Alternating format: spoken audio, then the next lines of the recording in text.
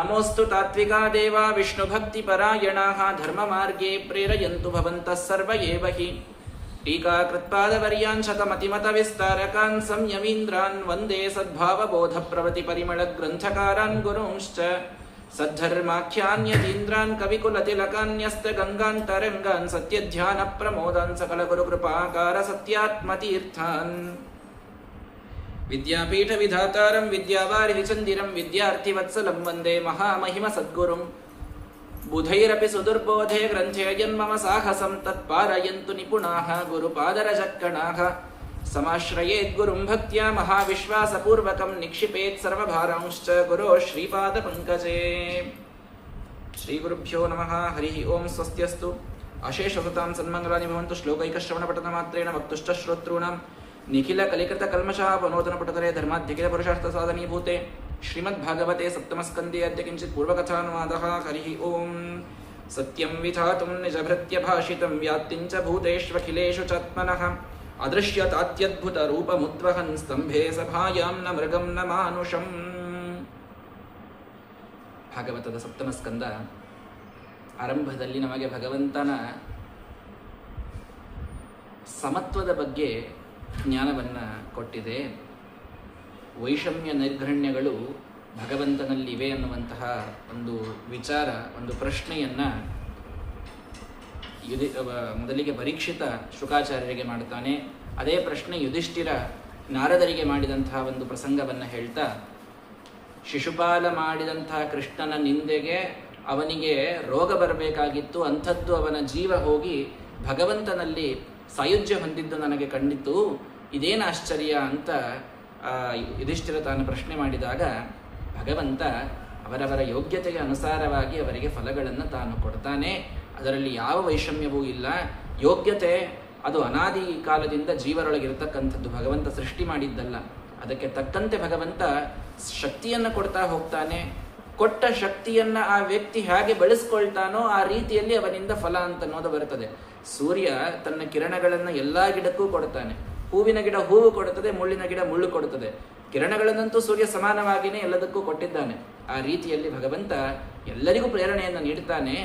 ಅದನ್ನು ಯಾವ ರೀತಿಯಲ್ಲಿ ಜನ ಅದನ್ನು ಬಳಸ್ಕೊಳ್ತಾರೆ ಅಂತನ್ನುವಂಥದ್ದು ಅದು ಅವರವರ ಯೋಗ್ಯತೆಯ ಮೇಲೆ, ಅವರ ಕರ್ಮಗಳ ಪ್ರಕಾರ ಅದು ಇರ್ತಾ ಇದೆ. ಹಾಗಾಗಿ ಶಿಶುಪಾಲ ಈತ ಯೋಗ್ಯತೆಯಲ್ಲಿ ಸಾಕ್ಷಾತ್ ಭಗವಂತನ ಒಬ್ಬ ದೇವಪಾರ್ಷದ, ಅವನ ಜಯ ವಿಜಯ ಅನ್ನುವಂಥ ಅವರ ದ್ವಾರಪಾಲಕರು ಅವರೇ ಮೊದಲು ಈ ಹಿರಣ್ಯಾಕ್ಷ ಹಿರಣ್ಯಕಶಿಪುವಾಗಿ ಹುಟ್ಟಿದ್ದಾರೆ. ಮುಂದೆ ರಾವಣ ಕುಂಭಕರ್ಣರಾಗಿ, ಈಗ ಶಿಶುಪಾಲದಂತವಕ್ತರಾಗಿ ಅವರು ಹುಟ್ಟಿದ್ದಾರೆ. ಅವರು ಭಗವಂತನ ಚಕ್ರದಿಂದ ಹತರಾಗಿ ಹೋದರು ಅನ್ನುವಂತಹ ಕಥೆಯನ್ನು ಹೇಳ್ತಾ, ಹಾಗಾದರೆ ಯಾಕೆ ಈ ಹಿರಣ್ಯಾಕ್ಷ ಹಿರಣ್ಯಕಶಿಪುಗಳ ಸಂಹಾರವಾಯಿತು ಅಂದಾಗ ಆ ವರಾಹದೇವರ ಕಥೆಯನ್ನು ಹೇಳಿ ಹಿರಣ್ಯಾಕ್ಷನ ಸಂಹಾರವನ್ನು ತಿಳಿಸಿ, ಆ ಹಿರಣ್ಯಾಕ್ಷನ ಸಾವಿನಿಂದ ಬಹಳ ತಪ್ತನಾದಂತಹ ಹಿರಣ್ಯಕಶಿಪು ತನ್ನ ಎಲ್ಲ ಹಿರಣ್ಯಾಕ್ಷನ ಹೆಂಡತಿಯರಿಗೆ, ತನ್ನ ತಾಯಿಯರಿಗೆ ಎಲ್ಲರಿಗೂ ಸಮಾಧಾನವನ್ನು ಹೇಳಿ ತಾನು ತಪಸ್ಸು ಮಾಡಲಿಕ್ಕೆ ಹೋಗಿ ಅಲ್ಲಿ ದುರ್ಲಭವಾದಂತಹ ವರಗಳನ್ನು ಬ್ರಹ್ಮದೇವರಿಂದ ತಾನು ಪಡೆದುಕೊಂಡಿದ್ದಾನೆ. ಪಡೆದುಕೊಂಡಾಗ ಆತ ಬಂದು ಪ್ರಹ್ಲಾದರಾಜರು ಅವನ ಮಗ ಬೇಕಾದಷ್ಟು ಅಟ್ಟಹಾಸವನ್ನು ಮೆರೆದ. ದೇವತೆಗಳೇ ಹೋಗಿ ಕೇಳಿದರು ಭಗವಂತನಿಗೆ, ತಾವತ್ ಕಾಲ ಪ್ರತೀಕ್ಷತಾಂ ಅಂತ ದೇವರು ಹೇಳಿದ. ಎಲ್ಲಿ ತನಕ ತನ್ನ ಮಗನಾದಂತಹ ಪ್ರಹ್ಲಾದರಾಜನಿಗೆ ಇವನು ದ್ರೋಹ ಮಾಡ್ತಾನೋ ಅಲ್ಲಿ ತನಕ ನಾನು ಇವನನ್ನು ಸುಂಬಿಡ್ತೇನೆ, ಅದನ್ನು ಮಾಡಿದ ಅಂತಂತಂದ್ರೆ ಇವನನ್ನು ನಾನು ಸಂಹಾರ ಮಾಡ್ತೇನೆ ಅಂತ ಭಗವಂತ ತಾನು ಹೇಳಿದ್ದ. ಹಾಗಾಗಿ ಆ ಮಾತಿನಂತೆ ಪ್ರಹ್ಲಾದರಾಜರು ಬೆಳೀತಾ ಹೋಗ್ತಾರೆ. ಅವರ ಉಪದೇಶವನ್ನು ನಿನ್ನೆಯ ದಿನ ಕೇಳಿದ್ದೀರಿ, ಅತ್ಯದ್ಭುತವಾದಂತಹ ಉಪದೇಶ. ಇದೆಲ್ಲವನ್ನು ನಾವು ನೋಡಿ ಆದ ಮೇಲೆ ಬಹಳ ಸಿಟ್ಟು ಬಂತು. ಬೇಕಾದಷ್ಟವರಿಗೆ ಮರಣ, ತನ್ನ ಮಗನನ್ನು ಕೊಲ್ಲಲಿಕ್ಕೆ ಎಷ್ಟೋ ವಧದ ಉಪಾಯಗಳನ್ನು ಮಾಡ್ತಾನೆ, ಯಾವುದೂ ಕೂಡ ಫಲಿಸಲಿಲ್ಲ. ಯಾವುದೂ ಕೂಡ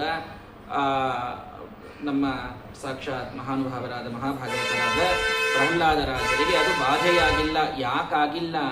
ವಾಯುದೇವರ ಒಂದು ಆವೇಶ, ಒಂದು ಸದಾ ಅನುಗ್ರಹ ಪ್ರಹ್ಲಾದರಾಜರಲ್ಲಿದೆ. ಪ್ರಾಣದೇವರೇ ಒಳಗೆ ಪ್ರಾಣ ಗಟ್ಟಿ ಹಿಡಿದು ನಿಂತಾಗ ಹೊರಗೆ ಯಾರಿಗೂ ಅದನ್ನು ಕಿತ್ಕೊಳ್ಳಿಕ್ಕಾಗುವುದಿಲ್ಲ. ಜೀವತ್ಯನಾಥೋಪಿತ ದೀಕ್ಷಿತೋವನೇ ಗ್ರಹೇಪಿ ಗುಪ್ತೋಸ್ಯ ಹತೋನ ಜೀವತಿ ಅನ್ನುವ ಮಾತು ನಿನ್ನೆ ಕೇಳಿದ್ರಿ.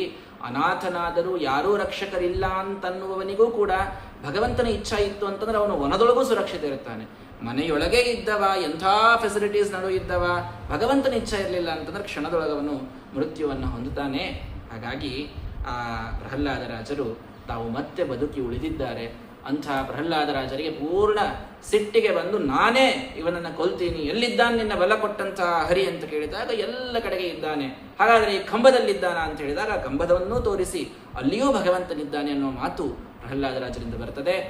ಆ ಮಾತನ್ನ ಸತ್ಯಂ ವಿಧಾತುಂ ನಿಜ ಭೃತ್ಯ ಭಾಷಿತಂ, ತನ್ನ ಭೃತ್ಯನಾದ ಪ್ರಹ್ಲಾದ ಈ ಕಂಬದಲ್ಲಿ ಭಗವಂತನಿದ್ದಾನೆ ಅಂತ ಹೇಳಿದ ಮಾತನ್ನ ಸತ್ಯ ಮಾಡಬೇಕಾಗಿದೆ. ಬ್ರಹ್ಮದೇವರು ನಿಜ ಭೃತ್ಯ, ನೋಡ್ರಿ, ನಿಜ ಭೃತ್ಯ ಅಂದ್ರೆ ಸತ್ಯಧರ್ಮತೀರ್ಥರು ಅರ್ಥ ಮಾಡ್ತಾರೆ, ನಿಜ ಭೃತ್ಯನಾದ ಪ್ರಹ್ಲಾದನ ಮಾತು ಈ ಕಂಬದಲ್ಲಿ ಇದ್ದಾನೆ ಅನ್ನೋದು, ಅದನ್ನು ಸತ್ಯ ಮಾಡಬೇಕು. ನಿಜ ಭೃತ್ಯರು ಸಾಕ್ಷಾತ್ ಬ್ರಹ್ಮದೇವರು, ಅವರ ಮಾತು, ನೀನು ಒಳಗೆ ಸಾಯೋದಿಲ್ಲ, ಹೊರಗೆ ಸಾಯೋದಿಲ್ಲ, ಪ್ರಾಣಿಯಿಂದ ಸಾಯೋದಿಲ್ಲ, ಪಕ್ಷಿಯಿಂದ ಸಾಯೋದಿಲ್ಲ, ಎಂಥ ರೂಪ, ಈ ಕಡೆಗೆ ನ ಮೃಗಂ ನ ಮಾನುಷಂ, ಮನುಷ್ಯನ ರೂಪವೂ ಅಲ್ಲ, ಮೃಗನ ರೂಪವೂ ಅಲ್ಲ, ಆ ರೀತಿಯಾದ ಒಂದು ವಿಚಿತ್ರವಾದ ನರಸಿಂಹ ರೂಪವನ್ನು ಭಗವಂತ ತಾಳಿ ಬಂದಿದ್ದಾನೆ. ನಿಜ ಭೃತ್ಯ ಭಾಷಿತಂ, ತಾನೇ ತನ್ನ ಭೃತ್ಯರಾದ ಜಯ ವಿಜಯರಿಗೆ ಮಾತು ಕೊಟ್ಟಿದ್ದ, ನೀವು 3 ಜನ್ಮದೊಳಗೆ ಅಸುರರಾಗಿ ಹುಟ್ಟಿದಾಗ ನಾನೇ ಬಂದು ನಿಮ್ಮನ್ನು ಕೊಲ್ತೀನಿ ಅಂತ ತಾನು ಹೇಳಿದ ಆ ಮಾತನ್ನ ಸತ್ಯ ಮಾಡಬೇಕಾಗಿದೆ. ಸನಕಾದಿಗಳು ಏನು ಹೇಳಿದ್ರೋ 3 ಜನ್ಮಗಳಾದ ಮೇಲೆ ನೀವು ಮುಕ್ತರಾಗ್ತೀರಿ ಅಂತ ಆ ಮಾತನ್ನ ಸತ್ಯ ಮಾಡಬೇಕಾಗಿದೆ. ಎಷ್ಟು ನಿಜ ಭೃತ್ಯ ಭಾಷಿತ ಅಂತ ತಿಳ್ಕೊಳ್ರಿ. ತಾನೇ ತನ್ನ ಭೃತ್ಯರಾದ ದೇವತೆಗಳಿಗೆ ಹೇಳಿದ್ದ, ಪ್ರಹ್ಲಾದನಿಗೆ ಯಾವಾಗ ದ್ರೋಹ ಮಾಡ್ತಾನೋ ಆವಾಗ ನಾನು ಇವನನ್ನು ಕೊಲ್ತೀನಿ ಅಂತ ಆ ಮಾತನ್ನು ಸತ್ಯ ಮಾಡಬೇಕಾಗಿದೆ. ಸತ್ಯಧರ್ಮ ತೀರ್ಥರು ಎಷ್ಟು ಒಂದು ಶಬ್ದಕ್ಕೆ ಇಷ್ಟರ್ಥಗಳನ್ನು ಜೋಡಿಸಿ ಹೇಳ್ತಾರೆ.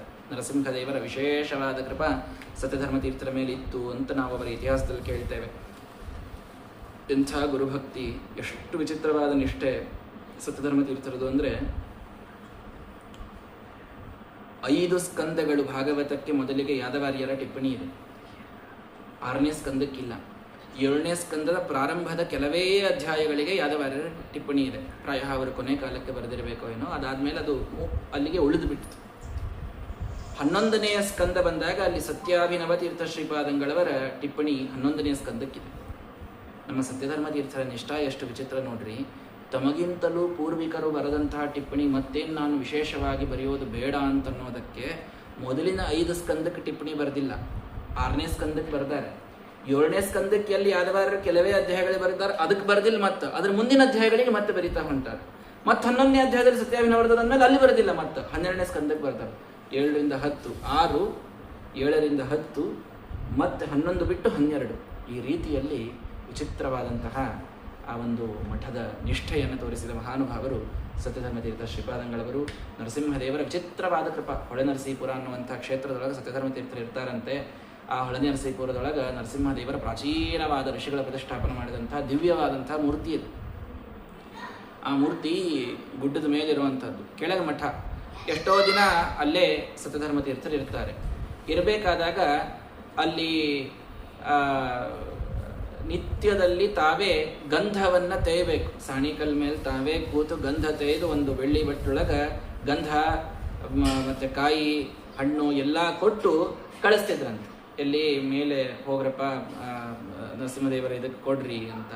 ಆವಾಗ ಎಲ್ಲರೂ ಅಲ್ಲೇ ಸಾಯಂಕಾಲ ಹೋಗಿ ಅದೆಲ್ಲ ತಮ್ಮ ಮಠದ ತಮ್ಮದೇನು ಪೂಜಾ ವೈಭವ ಮೂಲರಾಮದೇವರ ಪೂಜಾದಿಗಳನ್ನೆಲ್ಲ ಮುಗಿಸಿ ಆದ ಮೇಲೆ ಸಾಯಂಕಾಲ ತಾವು ವಿಹಾರಕ್ಕೆ ಅಂತ ಮೇಲೆ ನಿತ್ಯದಲ್ಲಿ ನರಸಿಂಹದೇವರ ದರ್ಶನಕ್ಕಂತ ಹೋಗೋದು. ಹೋಗಿ ಆ ಎಲ್ಲ ಕಾಯಿ ಅದೆಲ್ಲ ಮತ್ತೆ ತಗೊಂಡು ಮರಳಿ ಬರೋದು. ನಿತ್ಯದಲ್ಲಿ ನರಸಿಂಹದೇವರ ದರ್ಶನಕ್ಕೆ ತಾವು ಗುಡ್ಡ ಹತ್ತಿ ಹೋಗಬೇಕು. ಅಂತಹ ಒಂದು ಸಲ ದ್ವಾದಶಿ ಬೇಗ ಪೂಜಾ ಮುಗಿದು ಬಿಟ್ಟಿತ್ತು, ಎಲ್ಲ ಆಗಿದೆ. ಈಗೇ ನರಸಿಂಹದೇವರ ದರ್ಶನ ಮಾಡ್ಕೊಂಡು ಬಂದ್ಬಿಡೋಣ, ಮತ್ತೆ ಸಾಯಂಕಾಲ ಯಾಕೆ ಹೋಗೋದು ಅಂಥೇಳಿ ಬೇಗ ಹೋಗ್ಬಿಟ್ಟಾರೆ. ಹೋದಾಗ ಅಲ್ಲಿ ಕಿಲಿ ಹಾಕಿ ಪಾಪ ಅರ್ಚಕರು ತಾವು ಊಟ ಅದೆಲ್ಲ ಮುಗಿಸ್ಕೊಂಡು ಮನೆಗೆ ಹೋಗಿದ್ದಾರೆ. ಶಿಷ್ಯನಿಗೆ ಹೇಳಿದ್ರು, ಹೋಗಿ ಅರ್ಚಕರನ್ನು ಕರ್ಕೊಂಡು ಬಾ, ಕಿಲಿ ತೊಗೊಂಡು ಬಾ ಅಂತ. ಸ್ವಾಮಿಗಳು ಬಂದಾರಂತ ಗೊತ್ತಿಲ್ಲ ಪಾಪ. ಈ ಕಡೆಗೆ ಶಿಷ್ಯ ಕರೀಲಿಕ್ಕೆ ಹೋದ. ಒಂದು 10 ನಿಮಿಷದೊಳಗೆ ಅರ್ಚಕರೇ ಬಂದರು. ಸ್ವಾಮಿ, ನೀವು ಬಂದದ್ದೇ ನಮಗೆ ಗೊತ್ತಾಗಿಲ್ಲ, ಕ್ಷಮ ಮಾಡ್ರಿ ಅಂತ ಹೇಳಿ ಬಡ ಬಡ ಕಿಲಿ ತೆಗೆದ್ರು.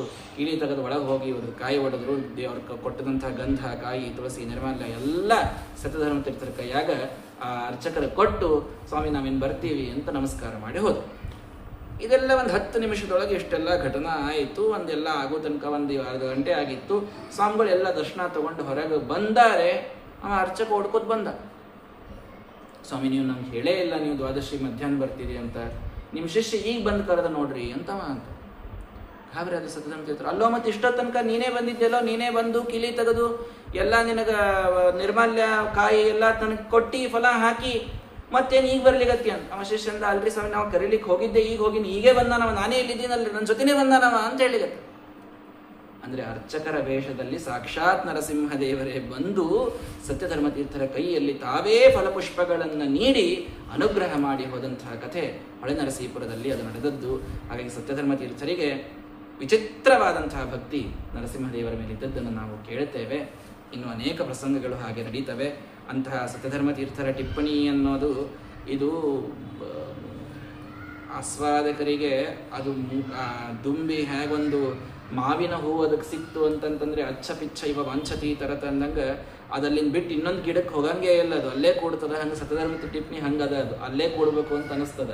ಆದ್ರೆ ಅದು ಕೂತ್ವಿ ಅಂದ್ರೆ ಮುಂದೆ ಭಾಗವತದ ಕಥಾ ಸಾಗೋದಿಲ್ಲ ಅಂತ ಅನ್ನೋದಕ್ಕೆ ಸತ್ಯಧರ್ಮ ತೀರ್ಥರ ಟಿಪ್ಪಣಿ, ಅದರಲ್ಲಿ ನನಗಂತೂ ಅದರ ಮೇಲೆ ಬಹಳ ಹುಚ್ಚು. ಸತ್ಯಧರ್ಮ ತೀರ್ಥರ ಮೇಲೆ ವಿಚಿತ್ರವಾದಂತಹ ಒಂದು ಭಕ್ತಿ ಅಭಿಮಾನ. ಹಾಗಾಗಿ ಅದನ್ನು ಹೇಳ್ತಾ ಕೂತ್ರೆ ಬಹಳ ಸಮಯ ಹೋಗ್ತದೆ. ಆದ್ದರಿಂದ ಗಜೇಂದ್ರ ಮೋಕ್ಷ, ಗೋಪಿಗೀತ ಎರಡಕ್ಕೆ ಸತ್ಯಧರ್ಮ ತೀರ್ಥರ ಟಿಪ್ಪಣಿಯನ್ನು ವಿಶೇಷವಾಗಿ ಇಟ್ಟು ಉಳಿದ ಕಥಾಭಾಗವನ್ನು ಮುಂದೆ ಹೇಳ್ತಾ ಹೋಗುವಂತಹ ವಿಚಾರವನ್ನು ಮಾಡಿದ್ದೇನೆ. ಅಂತೂ ಆ ಭಗವಂತ ಸಾಕ್ಷಾತ್ ನರಸಿಂಹದೇವರು ಶಾಸ್ತ್ರದಲ್ಲಿ ಭಗವಂತನಿಗೆ ವಿರುದ್ಧ ಧರ್ಮಾಧಿಕರಣತ್ವವನ್ನು ಹೇಳ್ತಾರೆ. ಸ್ವಲ್ಪ ಶಾಸ್ತ್ರದ ವಿಷಯ.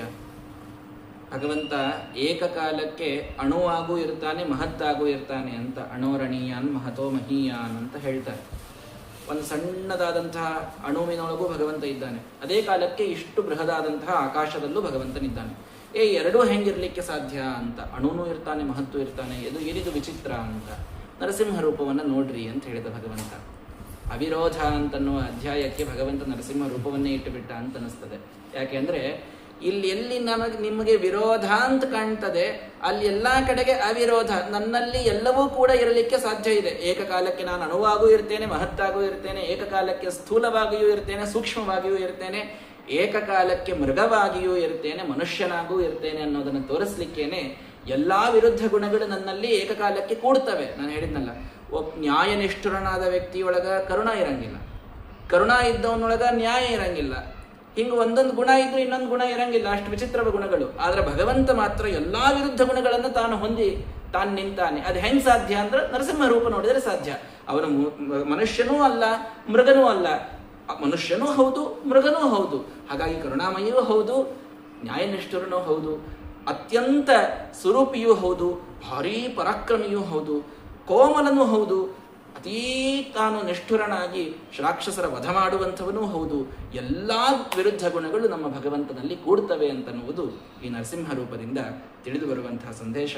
ಹಾಗಾಗಿ ಅದೃಶ್ಯತ ಅತ್ಯದ್ಭುತ ರೂಪಮುದ್ವಹನ್, ಆ ಕಂಬದಿಂದ ಭಗವಂತ ಅದ್ಭುತವಾದ ರೂಪವನ್ನು ತಾಳಿ ಬರ್ತಾ ಇದ್ದಾನೆ. ನೋಡಿದರೆ ಎಲ್ಲ ದೇವತೆಗಳು ಅಂಜಿ ಭಯಭೀತರಾಗಿದ್ದಾರೆ. ಕರಾಲದಂಷ್ಟ್ರಂ ಕರಬಾಲ ಚಂಚಲಂ ಕ್ಷುರಾಂತ ಜಿಹ್ವಂ ಭ್ರುಕುಟಿ ಮುಖೋಲ್ಬಣಂ ಸ್ತಬ್ಧೋರ್ಧ್ವಕರಣಂ ಗಿರಿ ಕಂದರಾದ್ಭುತ ವ್ಯಾತ್ತಾಸ್ಯ ನಾಸಂ ಹನುಭೇದ ಭೀಷಣಂ. ಕರಾಲವಾದ ದಂಷ್ಟ್ರಗಳು, ಹುಲಿಯ ಸಿಂಹದ ಹಲ್ಲುಗಳಿರ್ತಾವಲ್ಲ, ವಿಚಿತ್ರವಾದ ದಂಷ್ಟ್ರಗಳು. ಏನು ಕ್ಷುರಾಂತ ಜಿಹ್ವ, ಇಡೀ ಲೋಕವನ್ನ ಗ್ರಸನ ಮಾಡಿ ಹಾಕ್ತಾನೆ, ನುಂಗಿ ಹಾಕ್ತಾನೆ ಅನ್ನುವಷ್ಟು ದೊಡ್ಡದಾದಂತಹ ನಾಲಿಗೆ, ಹುಬ್ಬು ಗಂಟು ಹಾಕಿದಂತಹ ಭೀಕರವಾದಂತಹ ಮುಖ, ಎರಡೂ ಕಿವಿಗಳು ಹೀಗೆ ಎದ್ದು ನಿಂತಿವೆ.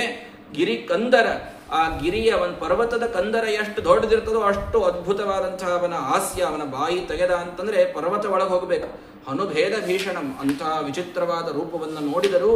ಏವಂ ಬ್ರುವನ್ ಸ್ತಭ್ಯಪತದ್ ಗದಾಯುಧೋ ನದನ್ ನರಸಿಂಹ ನರಸಿಂಹಂ ಪ್ರತಿ ದೈತ್ಯ ಕುಂಜರ. ಇದೆಲ್ಲವನ್ನು ನೋಡ್ತಾ ಇದ್ರೆ ಆ ದೈತ್ಯ, ಅವನು ಏನು ಸಾಮಾನ್ಯ ಇದ್ದಿದ್ದಿಲ್ಲ. ಹಿರಣ್ಯಕಶಿಪು ಗದಾ ತಗೊಂಡು ತಾನೇ ಬಂದೇ ಬಿಟ್ಟ. ಅಲಕ್ಷಿತೋಗ್ನೌ ಪತಿತ ಪತಂಗಮಃ ಅಂತ.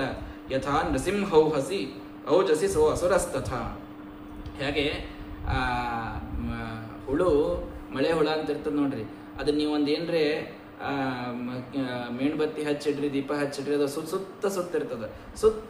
ಸುತ್ತಿ ಅದಕ್ಕೆ ಸುಟ್ಟು ತಾನು ಸತ್ತೇ ಹೋಗ್ತದಲ್ಲೇ. ಆ ಎದರ ಜೊತೆ ತಾನು ಬೆಂಕಿ ಜೊತೆ ಆಟ ಆಡ್ಲಿಕ್ಕತ್ತದಂತ ಅನ್ನೋದು ಆ ಹುಳಕ್ ಗೊತ್ತಿರುವುದಿಲ್ಲ. ಹಂಗ ಇವ ಆ ಪತಂಗ ಅರ್ಥಾತ್ ಆ ಹುಳು ಅಗ್ನಿಯ ಜೊತೆಗೆ ಆಟ ಆಡಿದಂಗ ಈ ಹಿರಣ್ಯಕಶಿಪು ಬಂದು ನರಸಿಂಹದೇವರ ಜೊತೆಗೆ ತಾನು ಆಟ ಆಡ್ತಾ ಇದ್ದಾನೆ. ನತದ್ ವಿಚಿತ್ರಂ ಖಲು ಸತ್ವಧಾಮನಿ. ಏನು ವಿಚಿತ್ರ ಅಲ್ಲ, ಭಗವಂತನ ವಿಚಿತ್ರವಾದಂತಹ ರೂಪವನ್ನು ನೋಡಿ ಅವನು ಇಡಿಯಾದಂತಹ ತಮಸ್ಸನ್ನೇ ಕುಡಿದಂತಹ ನರಸಿಂಹ ರೂಪ. ಇಡಿಯಾದ ಅಂಧಕಾರವನ್ನು ಕುಡಿಯುತ್ತದೆ, ಎಲ್ಲ ಕಡೆಗೆ ಜ್ಯೋತಿ ಪ್ರಕಾಶವನ್ನು ಕೊಡುತ್ತದೆ. ಹಾಗಾಗಿ ಈ ಮಹಾಸುರನನ್ನ ಕೊಂದು ಹಾಕೋದಂಥದ್ದು ವಿಚಿತ್ರ ಇರಲಿಲ್ಲ. ಅಂತೂ ಬಂದಾನೆ, ಬಂದು ಯುದ್ಧವನ್ನು ಆಡ್ತಾ ಇದ್ದಾನೆ. ಎಷ್ಟೋ ಕಾಲ ಭಗವಂತ ಯುದ್ಧ ಆಡಿದ. ಭಗವಂತ ಮಧ್ಯಾಹ್ನನೇ ಅವತಾರ ಮಾಡಿದ್ದು, ಯುದ್ಧ ಆಡಿದ್ದು ಸಂಜೆ ತನಕ ಆಡಿದ ಅಷ್ಟೇ. ಇವನಿಗೂ ಸ್ವಲ್ಪ ಅವಕಾಶ ಕೊಡೋಣ ಅಂತ ಎಲ್ಲೆಲ್ಲೋ ಹೋದ. ಆಕಾಶದಲ್ಲಿ ಯುದ್ಧ ಆಯಿತು, ಸ್ವರ್ಗದಲ್ಲಿ ಯುದ್ಧ ಆಯಿತು, ಭೂಮಿ ಮೇಲೆ ಯುದ್ಧ ಆಯಿತು. ಅಹೋಬಲದ ಆ ದೊಡ್ಡದಾದ ಸ್ತಂಭ ಇವತ್ತಿಗೂ ಇದೆ. ಅಲ್ಲಿಂದ ನರಸಿಂಹದೇವರು ಬಂದರು ಅನ್ನುವಂತಹ ಒಂದು ಪ್ರತೀತಿ ಇದೆ. ಅಂತಹ ಆ ಅಹೋಬಲದಿಂದ ಇಡೀ ಎಲ್ಲ ಕಡೆಗೆ ಯುದ್ಧವಾಗಿದೆ. ಅವನ ರಕ್ತದಿಂದ ನರಸಿಂಹದೇವರ ಕೈ ಕೆಂಪಾದರೆ ಇವತ್ತಲ್ಲಿ ಕೈ ತೊಳೆದಂತಹ ಜಾಗ ತೋರಿಸ್ತಾರ್ರಿ. ನೀರು ಇವತ್ತಿಗೂ ಕೆಂಪಿದೆ. ಆ ನರಸಿಂಹದೇವರು ಕೈ ತೊಳೆದಂತಹ ಜಾಗ ಅಂತ ಕೆಂಪಾದಂತಹ ನೀರು ಇವತ್ತಿಗೂ ಕಾಣಿಸ್ತದೆ ಅಹೋಬಿಲಕ್ಕೆ ನಾವು ಹೋದ್ವಿ ಅಂತಂತಂದ್ರೆ. ಅಂತಹ ವಿಚಿತ್ರವಾದಂತಹ ಆ ಭಗವಂತ ತಾನು ಯುದ್ಧವನ್ನ ಆ ಹಿರಣ್ಯಕಶಿಪುವಿನ ಜೊತೆಗೆ ಆಡ್ತಾನೆ. ದ್ವಾರ್ಯೂರವಾಪತ್ಯ ದದಾರಲೀಲಯಾ ನಖೈರ್ಯಥಾ ಅಹಿಂ ಗರುಡೋ ಮಹಾವಿಷಂ ಸಂಭ್ರಂಭ ದುಷ್ಪ್ರೇಕ್ಷಕರಾಲಲೋಚನೋ ವ್ಯಾತ್ತಾನನಂತಂ ವಿಲಿಹನ್ ಸ್ವಜಿಹ್ವಯ ಅಂತ ಅವನನ್ನ ದ್ವಾರದಲ್ಲಿ ತಾನು ಕೊನೆಗೆ ಸಂಜೆಯಾದಾಗ ದರ ಎಳೆದುಕೊಂಡು ಬಂದು ಹೊಸ್ತಲದ ಮೇಲೆ ತಾನು ಕೂತು ತನ್ನ ತೊಡೆ ಮೇಲೆ ಅವನನ್ನು ಹಾಕ್ಕೊಳ್ತಾನೆ. ಏನಂದಿದ್ದಿ? ಹಗಲಿರಬಾರದು, ರಾತ್ರಿ ಇರಬಾರದು. ನೋಡು, ಮುಸ್ಸಂಜೆಯ ಟೈಮ್, ಇದೇ ಸಮಯ ನರಸಿಂಹದೇವರು ಆ ಹಿರಣ್ಯಕಶಿಪುವಿನ ಸಂಹಾರವನ್ನು ಮಾಡಿದಂಥದ್ದು ಮುಸ್ಸಂಜೆಯ ಸಮಯ. ನೋಡು, ಹಗಲಿಲ್ಲ ರಾತ್ರಿ ಇಲ್ಲ ಅಂದ. ನಾನು ಮೇಲ್ ಸಾಯಬಾರದು, ಕೆಳಗೆ ಸಾಯಬಾರದು. ಎಲ್ಲಿ ಮಧ್ಯದೊಳಗೆ ನನ್ನ ತೊಡಿ ಮೇಲೆ ಇದ್ದು, ಎಲ್ಲಿ ಮ್ಯಾಲಿಲ್ಲ ಕೆಳಗಿಲ್ಲ ಅಂದ. ಒಳಗೆ ಸಾಯಬಾರದು, ಹೊರಗೆ ಸಾಯಬಾರದು, ಹೊಸ್ತಲದ ಮೇಲೆ ಹೋಗಿ ಕೂತ್ಬಿಟ್ಟಿದ್ದ. ಇಲ್ಲಿ ಒಳಗಲ್ಲ ಹೊರಗಲ್ಲ ಅಂತಂದ ಭಗವಂತ. ಅದಕ್ಕೆ ಹೊಸ್ತಲಕ್ಕೆ ಇವತ್ತಿಗೂ ಅರಿಶಿಣ ಕುಂಕುಮ ಹಚ್ಚಿ ನರಸಿಂಹದೇವರಿಗೆ ಪ್ರಾರ್ಥನೆ ಮಾಡುವಂತಹ ಒಂದು ಪದ್ಧತಿ ಇವತ್ತಿಗೂ ನೋಡ್ತೀವಿ. ಮನೆ ಪ್ರಾರಂಭ ಆಗಿದೆ ಅಂದ್ರೆ ದ್ವಾರದ ಚೌಕಟ್ಟು ಪೂಜಾ ಅಂತ ಮಾಡುತ್ತಾರೆ. ಅಲ್ಲಿ ಮೊದಲಲ್ಲಿ ಹೊಸ್ತರು ನರಸಿಂಹದೇವರು ಅಲ್ಲಿ ಬಂದು ಸನ್ನಿಹಿತರಾಗಿ ಬಿಟ್ರೆ ಈ ಮನೆ ಸುರಕ್ಷಿತವಾಗಿರ್ತದೆ ಅನ್ನುವಂತಹ ಪ್ರತೀತಿ ಇವತ್ತಿಗೂ ಇರತಕ್ಕಂಥದ್ದು. ಹಾಗಾಗಿ ಆ ನರಸಿಂಹದೇವರ ಹೊಸ್ತಲದ ಮೇಲೆ ಕೂಡ್ತಾರೆ. ಮನುಷ್ಯರಿದ್ದ ಸಾಯಬಾರದು, ಪ್ರಾಣಿಯಿಂದ ಸಾಯಬಾರದು ಅಂದಿದ್ದ. ನಾನು ಮನುಷ್ಯನೂ ಅಲ್ಲ ಪ್ರಾಣಿಯೂ ಅಲ್ಲ ಅಂತಂದ್ರು ನರಸಿಂಹದೇವರು. ಇನ್ನೊಂದು ವಿಚಿತ್ರ ಹೇಳಿದ್ದವ, ಜೀವಂತ ಇದ್ದದ್ರಿಂದ ಸಾಯಬಾರದು, ಜಡ ಇದ್ದದ್ರಿಂದ ಸಾಯಬಾರದು ಅಂದಿದ್ದ. ಚೇತನನೂ ಅಲ್ಲ ಜಡನೂ ಅಲ್ಲ. ಇದ್ಯಾವ ವಿಚಿತ್ರ! ಯಾವ್ದು ಆಯುಧ ತಗೊಂಡ್ರೆ ಜಡ ಇರ್ತದೆ, ಇವ ಮನುಷ್ಯ ತಾನು ಕೊಂದಾನಂದ್ರೆ ಚೇತನ ಆಗ್ತದೆ. ಎರಡೂ ಅಲ್ಲ ಅಂತಂದ್ರೆ ಹೆಂಗ್ ಮಾಡೋದೀಗ ಅಂತ ವಿಚಾರ ಮಾಡಿದರೆ ಅವಾಗ ಭಗವಂತ ತನ್ನ ಉಗುರುಗಳನ್ನು ತೋರಿಸ್ತಾನೆ. ಉಗುರುಗಳು ಬೆಳೀತವೆ, ಅದರಿಂದ ಜಡ ಅನ್ಲಿಕ್ಕೆ ಬರೋದಿಲ್ಲ. ಆದರೆ ಕಿತ್ತಿದ್ರಿ ಅಂದ್ರೆ ನಿಮಗೆ ನೋವಾಗೋದಿಲ್ಲ. ಹಾಗಾಗಿ ಅದು ಚೇತನ ಅಂತ ಅನ್ಲಿಕ್ಕೂ ಬರೋದಿಲ್ಲ. ಅದು ಚೇತನವೂ ಅಲ್ಲ, ಜಡವೂ ಅಲ್ಲ. ತನ್ನದೇ ಉಗುರುಗಳಿಂದ ಹೇಗೆ ಆ ಗರುಡ ಒಂದು ಸರ್ಪವನ್ನು ತಾನು ಕೊಂದಾಕಬೇಕು, ಸಿಂಹ ನಿಜವಾಗಿ ಒಂದು ಗಜದ ಗಂಡಸ್ಥಳವನ್ನು ಸೀಳಿ ಹಾಕಬೇಕು, ಆ ರೀತಿಯಲ್ಲಿ ಅವನ ಆ ಕರಳುಗಳನ್ನ ಹೊಟ್ಟೆ ಬಗೆದು ಕರಳುಗಳ ಮಾಲೆಯನ್ನು ಭಗವಂತ ತಾನು ಧಾರಣ ಮಾಡಿ ಅಸೃಗ್ಬಲಾಕ್ತಾ ಅರುಣ ಕೇಸರಾನನೋ ಯಥಂತ್ರ ಮಾಲಿ ದ್ವಿಪಹತ್ಯಯ ಹರಿಹಿ, ಆನೆಯನ್ನ ಸಂಹಾರ ಮಾಡಿದಂತಹ ಸಿಂಹ ಹೇಗೆ ರುದ್ರ ನರ್ತನವನ್ನ ಮಾಡ್ತದೋ ಹಾಗೆ ನಖಂಕುರೋತ್ಪಾಟಿತ ಹೃತ್ಸರೋಹಂ ವಿಸೃಜ್ಯತಸ್ಯಾನುಚರಾನುದಾಯುಧಾನ್, ಅವನನ್ನು ಒಗೆದು ಅವನ ಕರುಳಿನ ಮಾಲೆಯನ್ನು ಭಗವಂತ ತಾನು ಧಾರಣ ಮಾಡಿ ರುದ್ರ ನರ್ತನವನ್ನು ತಾನು ಮಾಡ್ತಾನೆ. ಅವಾಗ ಸಟಾವಧೂತ ಜಲದಾಪರಾತಪನ್, ಅವನ ಆ ದಾಡಿ ಗಡ್ಡದಿಂದ ಏನೊಂದು ಕಿಡಿಗಳು ಬರ್ತಾ ಇದ್ದುವೋ ಅದರಿಂದ ಸಮುದ್ರ ಒಣಗಿ ಹೊಂಟು, ನದಿಗಳು ಒಣಗಿ ಹೊಂಟಿವೆ, ಗ್ರಹಗಳೆಲ್ಲ ಅಲ್ಲೋಲ ಕಲ್ಲೋಲವಾಗ್ತಾ ಇವೆ. ದ್ಯೌ ತತ್ ಸಟಾ ಕ್ಷಿಪ್ತ ವಿಮಾನ ಸಂಕುಲ ಪ್ರೋತ್ಸರ್ಪತ ಕ್ಷಮಾಚ ಪದಾತಿ ಪೀಡಿತ, ದೇವತೆಗಳ ವಿಮಾನಗಳೆಲ್ಲ ಆ ಭಗವಂತನ ಆಕಾಶಕ್ಕೆ ಬೆಳೆದಂತಹ ಗಾತ್ರವನ್ನು ನೋಡಿ ಕೆಳಗೆ ದಬ ಬೀಳಿಗತ್ತ. ಭೂಮಿಗೆ ಭಾರ ತಡ್ಕೊಳ್ಳಿಕ್ಕಾಗ್ತಾ ಇಲ್ಲ. ಎಲ್ಲಾನು ಅವರ ಶ್ವಾಸದೊಳಗೆ ಅಲ್ಲಿ ಒಳಗೆ ಹೊಂಟು ಬಿಟ್ಟಾವ. ಶೈಲ ಸಮುತ್ಪೇತು ರಮುಷ್ಯರಂ ಖಸ, ಅವರು ಬರೋ ಗಾಳಿಗೆ ಪರ್ವತಗಳು ಹಾರಿ ಹೊಂಟು ಅಂತ. ಪರ್ವತಗಳು ಹಾರಿ ಹೊಂಟು. ಖಂ ಕಕುಭೋ ನರೇಜಿರೆ, ಎಲ್ಲ ನಕ್ಷತ್ರಗಳು ಮುಸ್ಸಂಜೆಯಲ್ಲಿ ಬಂದದ್ದು ತಮ್ಮ ಕಾಂತಿಯನ್ನ ಕಳೆದುಕೊಂಡು ಬಿಟ್ಟಾವೆ. ಆವಾಗ ಇವರನ್ನು ಶಾಂತ ಮಾಡಬೇಕು ಅಂತ ಎಲ್ಲಾ ಸುರಸ್ತ್ರೀಯರು ಕೂಡ ಪ್ರಸೂನ ವರ್ಷು ಏನ್ ಭಾರೀ ತಾವು ಸುಗಂಧ ಪುಷ್ಪಗಳನ್ನೆಲ್ಲ ಸುರಿಸಿದ್ರು. ಪ್ರಚಂಡವಾದ ಇವರ ಭಯಂಕರವಾದಂತಹ ರೂಪವನ್ನ ನೋಡ್ಲಿಕ್ಕೆ ಯಾರಿಗೂ ಆಗ್ತಾ ಇಲ್ಲ. ಪಾಪ ಅಪ್ಸರಾಸ್ತ್ರೀಯರು ಬಂದು ನರ್ತನ ಮಾಡಿದ್ರು ಶಾಂತ ಆಗ್ತಾರಂತ, ಗಂಧರ್ವರ ಬಂದು ಹಾಡ್ತಾ ಇದ್ದಾರೆ, ಏನು ಮಾಡಿದ್ರು ಕೂಡ ಒಟ್ಟಾರೆ ಶಾಂತ ಆಗ್ತಾ ಇಲ್ಲ. ನಾರದರಂದ್ರು, ದೇವತೆಗಳೇ ಏನಾದ್ರೂ ಉಪಾಯ ಮಾಡ್ರಿ, ಇಲ್ಲ ಅಂತಂದ್ರೆ ಇಲ್ಲೇ ಪ್ರಳಯ ಆಗಿ ಹೋಗ್ತದ, ನರಸಿಂಹದೇವರ ಸಿಟ್ಟಿಗೆ ಎಲ್ಲಾನು ಹೀಗೆ ಭಸ್ಮಾಗಿ ಹೋಗ್ತದ. ಬ್ರಹ್ಮದೇವರು ಬಂದ್ರು, ನತೋಸ್ಮ್ಯನಂತಾಯ ದುರಂತ ಶಕ್ತಯೇ ವಿಚಿತ್ರ ವೀರ್ಯಾಯ ಪವಿತ್ರ ಕರ್ಮಣೆ ವಿಶ್ವಸ್ಯ ಸರ್ಗಸ್ಥಿತಿ ಸಂಯಮ ಅನ್ಗುಣೈ ಸ್ವಲೀಲಯ ಸಂದಧತೆ ಅವ್ಯಯಾತ್ಮನೆ. ಇಡಿಯಾದ ಜಗತ್ತಿನ ಸೃಷ್ಟಿ ಸ್ಥಿತಿ ಲಯಗಳನ್ನು ಮಾಡುವ ವಿಚಿತ್ರ ವೀರ್ಯನಾದ ಪವಿತ್ರ ಕರ್ಮನಾದ ದುರಂತ ಶಕ್ತಿಯಾದಂತಹ ಹೇ ಅನಂತ, ನಿನಗೆ ನಮಸ್ಕಾರಪ್ಪ, ಶಾಂತ ಆಗು ಅಂತ ಬ್ರಹ್ಮದೇವರು ಕೇಳಿದರು. ಶಾಂತ ಆಗಲಿಲ್ಲ. ಕೋಪಕಾಲೋ ಯುಗ ಅಂತಸ್ತೆ ಹತೋಯಮಸುರೋಲ್ಪಕಃ ತತ್ಸುತಂ ಪಾಶ್ಯನಸ್ರುತಂ ಭಕ್ತಂತೆ ಭಕ್ತವತ್ಸಲ. ರುದ್ರದೇವರು ಬಂದರು. ಯಾಕೆ ಕೋಪ? ಅಸುರನ ಮೇಲೆ ತಾನು ಕೋಪ. ಅಸುರ ಸತ್ತು ಹೋಗ್ಯಾನ, ಈಗ ಯಾಕೆ ಮತ್ತೆ ಆ ಸಿಟ್ಟನ್ನು ಉಳಿಸ್ಕೊಂಡು? ಅವನ ಮಗನನ್ನು ನೋಡು, ಪ್ರಹ್ಲಾದನನ್ನು ನೋಡು, ಶಾಂತ ಆಗೋ ಭಗವಂತ. ರುದ್ರದೇವರು ಬಂದು ಕೇಳಿದರು, ಶಾಂತ ಆಗಲಿಲ್ಲ. ಇಂದ್ರದೇವರು ಬಂದರು. ಪ್ರತ್ಯಾನೀತಾ ಪರಮ ಭವತಾ ತ್ರಾಯತಾ ನ ಸ್ವಭಾಗ ದೈತ್ಯಾಕ್ರಾಂತಂ ಹೃದಯ ಕಮಲಂ ತದ್ಗ್ರಹಂ ಪ್ರತ್ಯಬೋಧಿ ಕಾಲಗ್ರಸ್ತಂ ಕಿಯದಿದಮಹೋ ನಾಥ ಶುಶ್ರೂಷತ ಅಂತೆ ಮುಕ್ತಿಸ್ತೇಷಾಂ ನಹಿ ಬಹುಮತ ನಾರಸಿಂಹಾಪರೈಃ ಕಿಂ.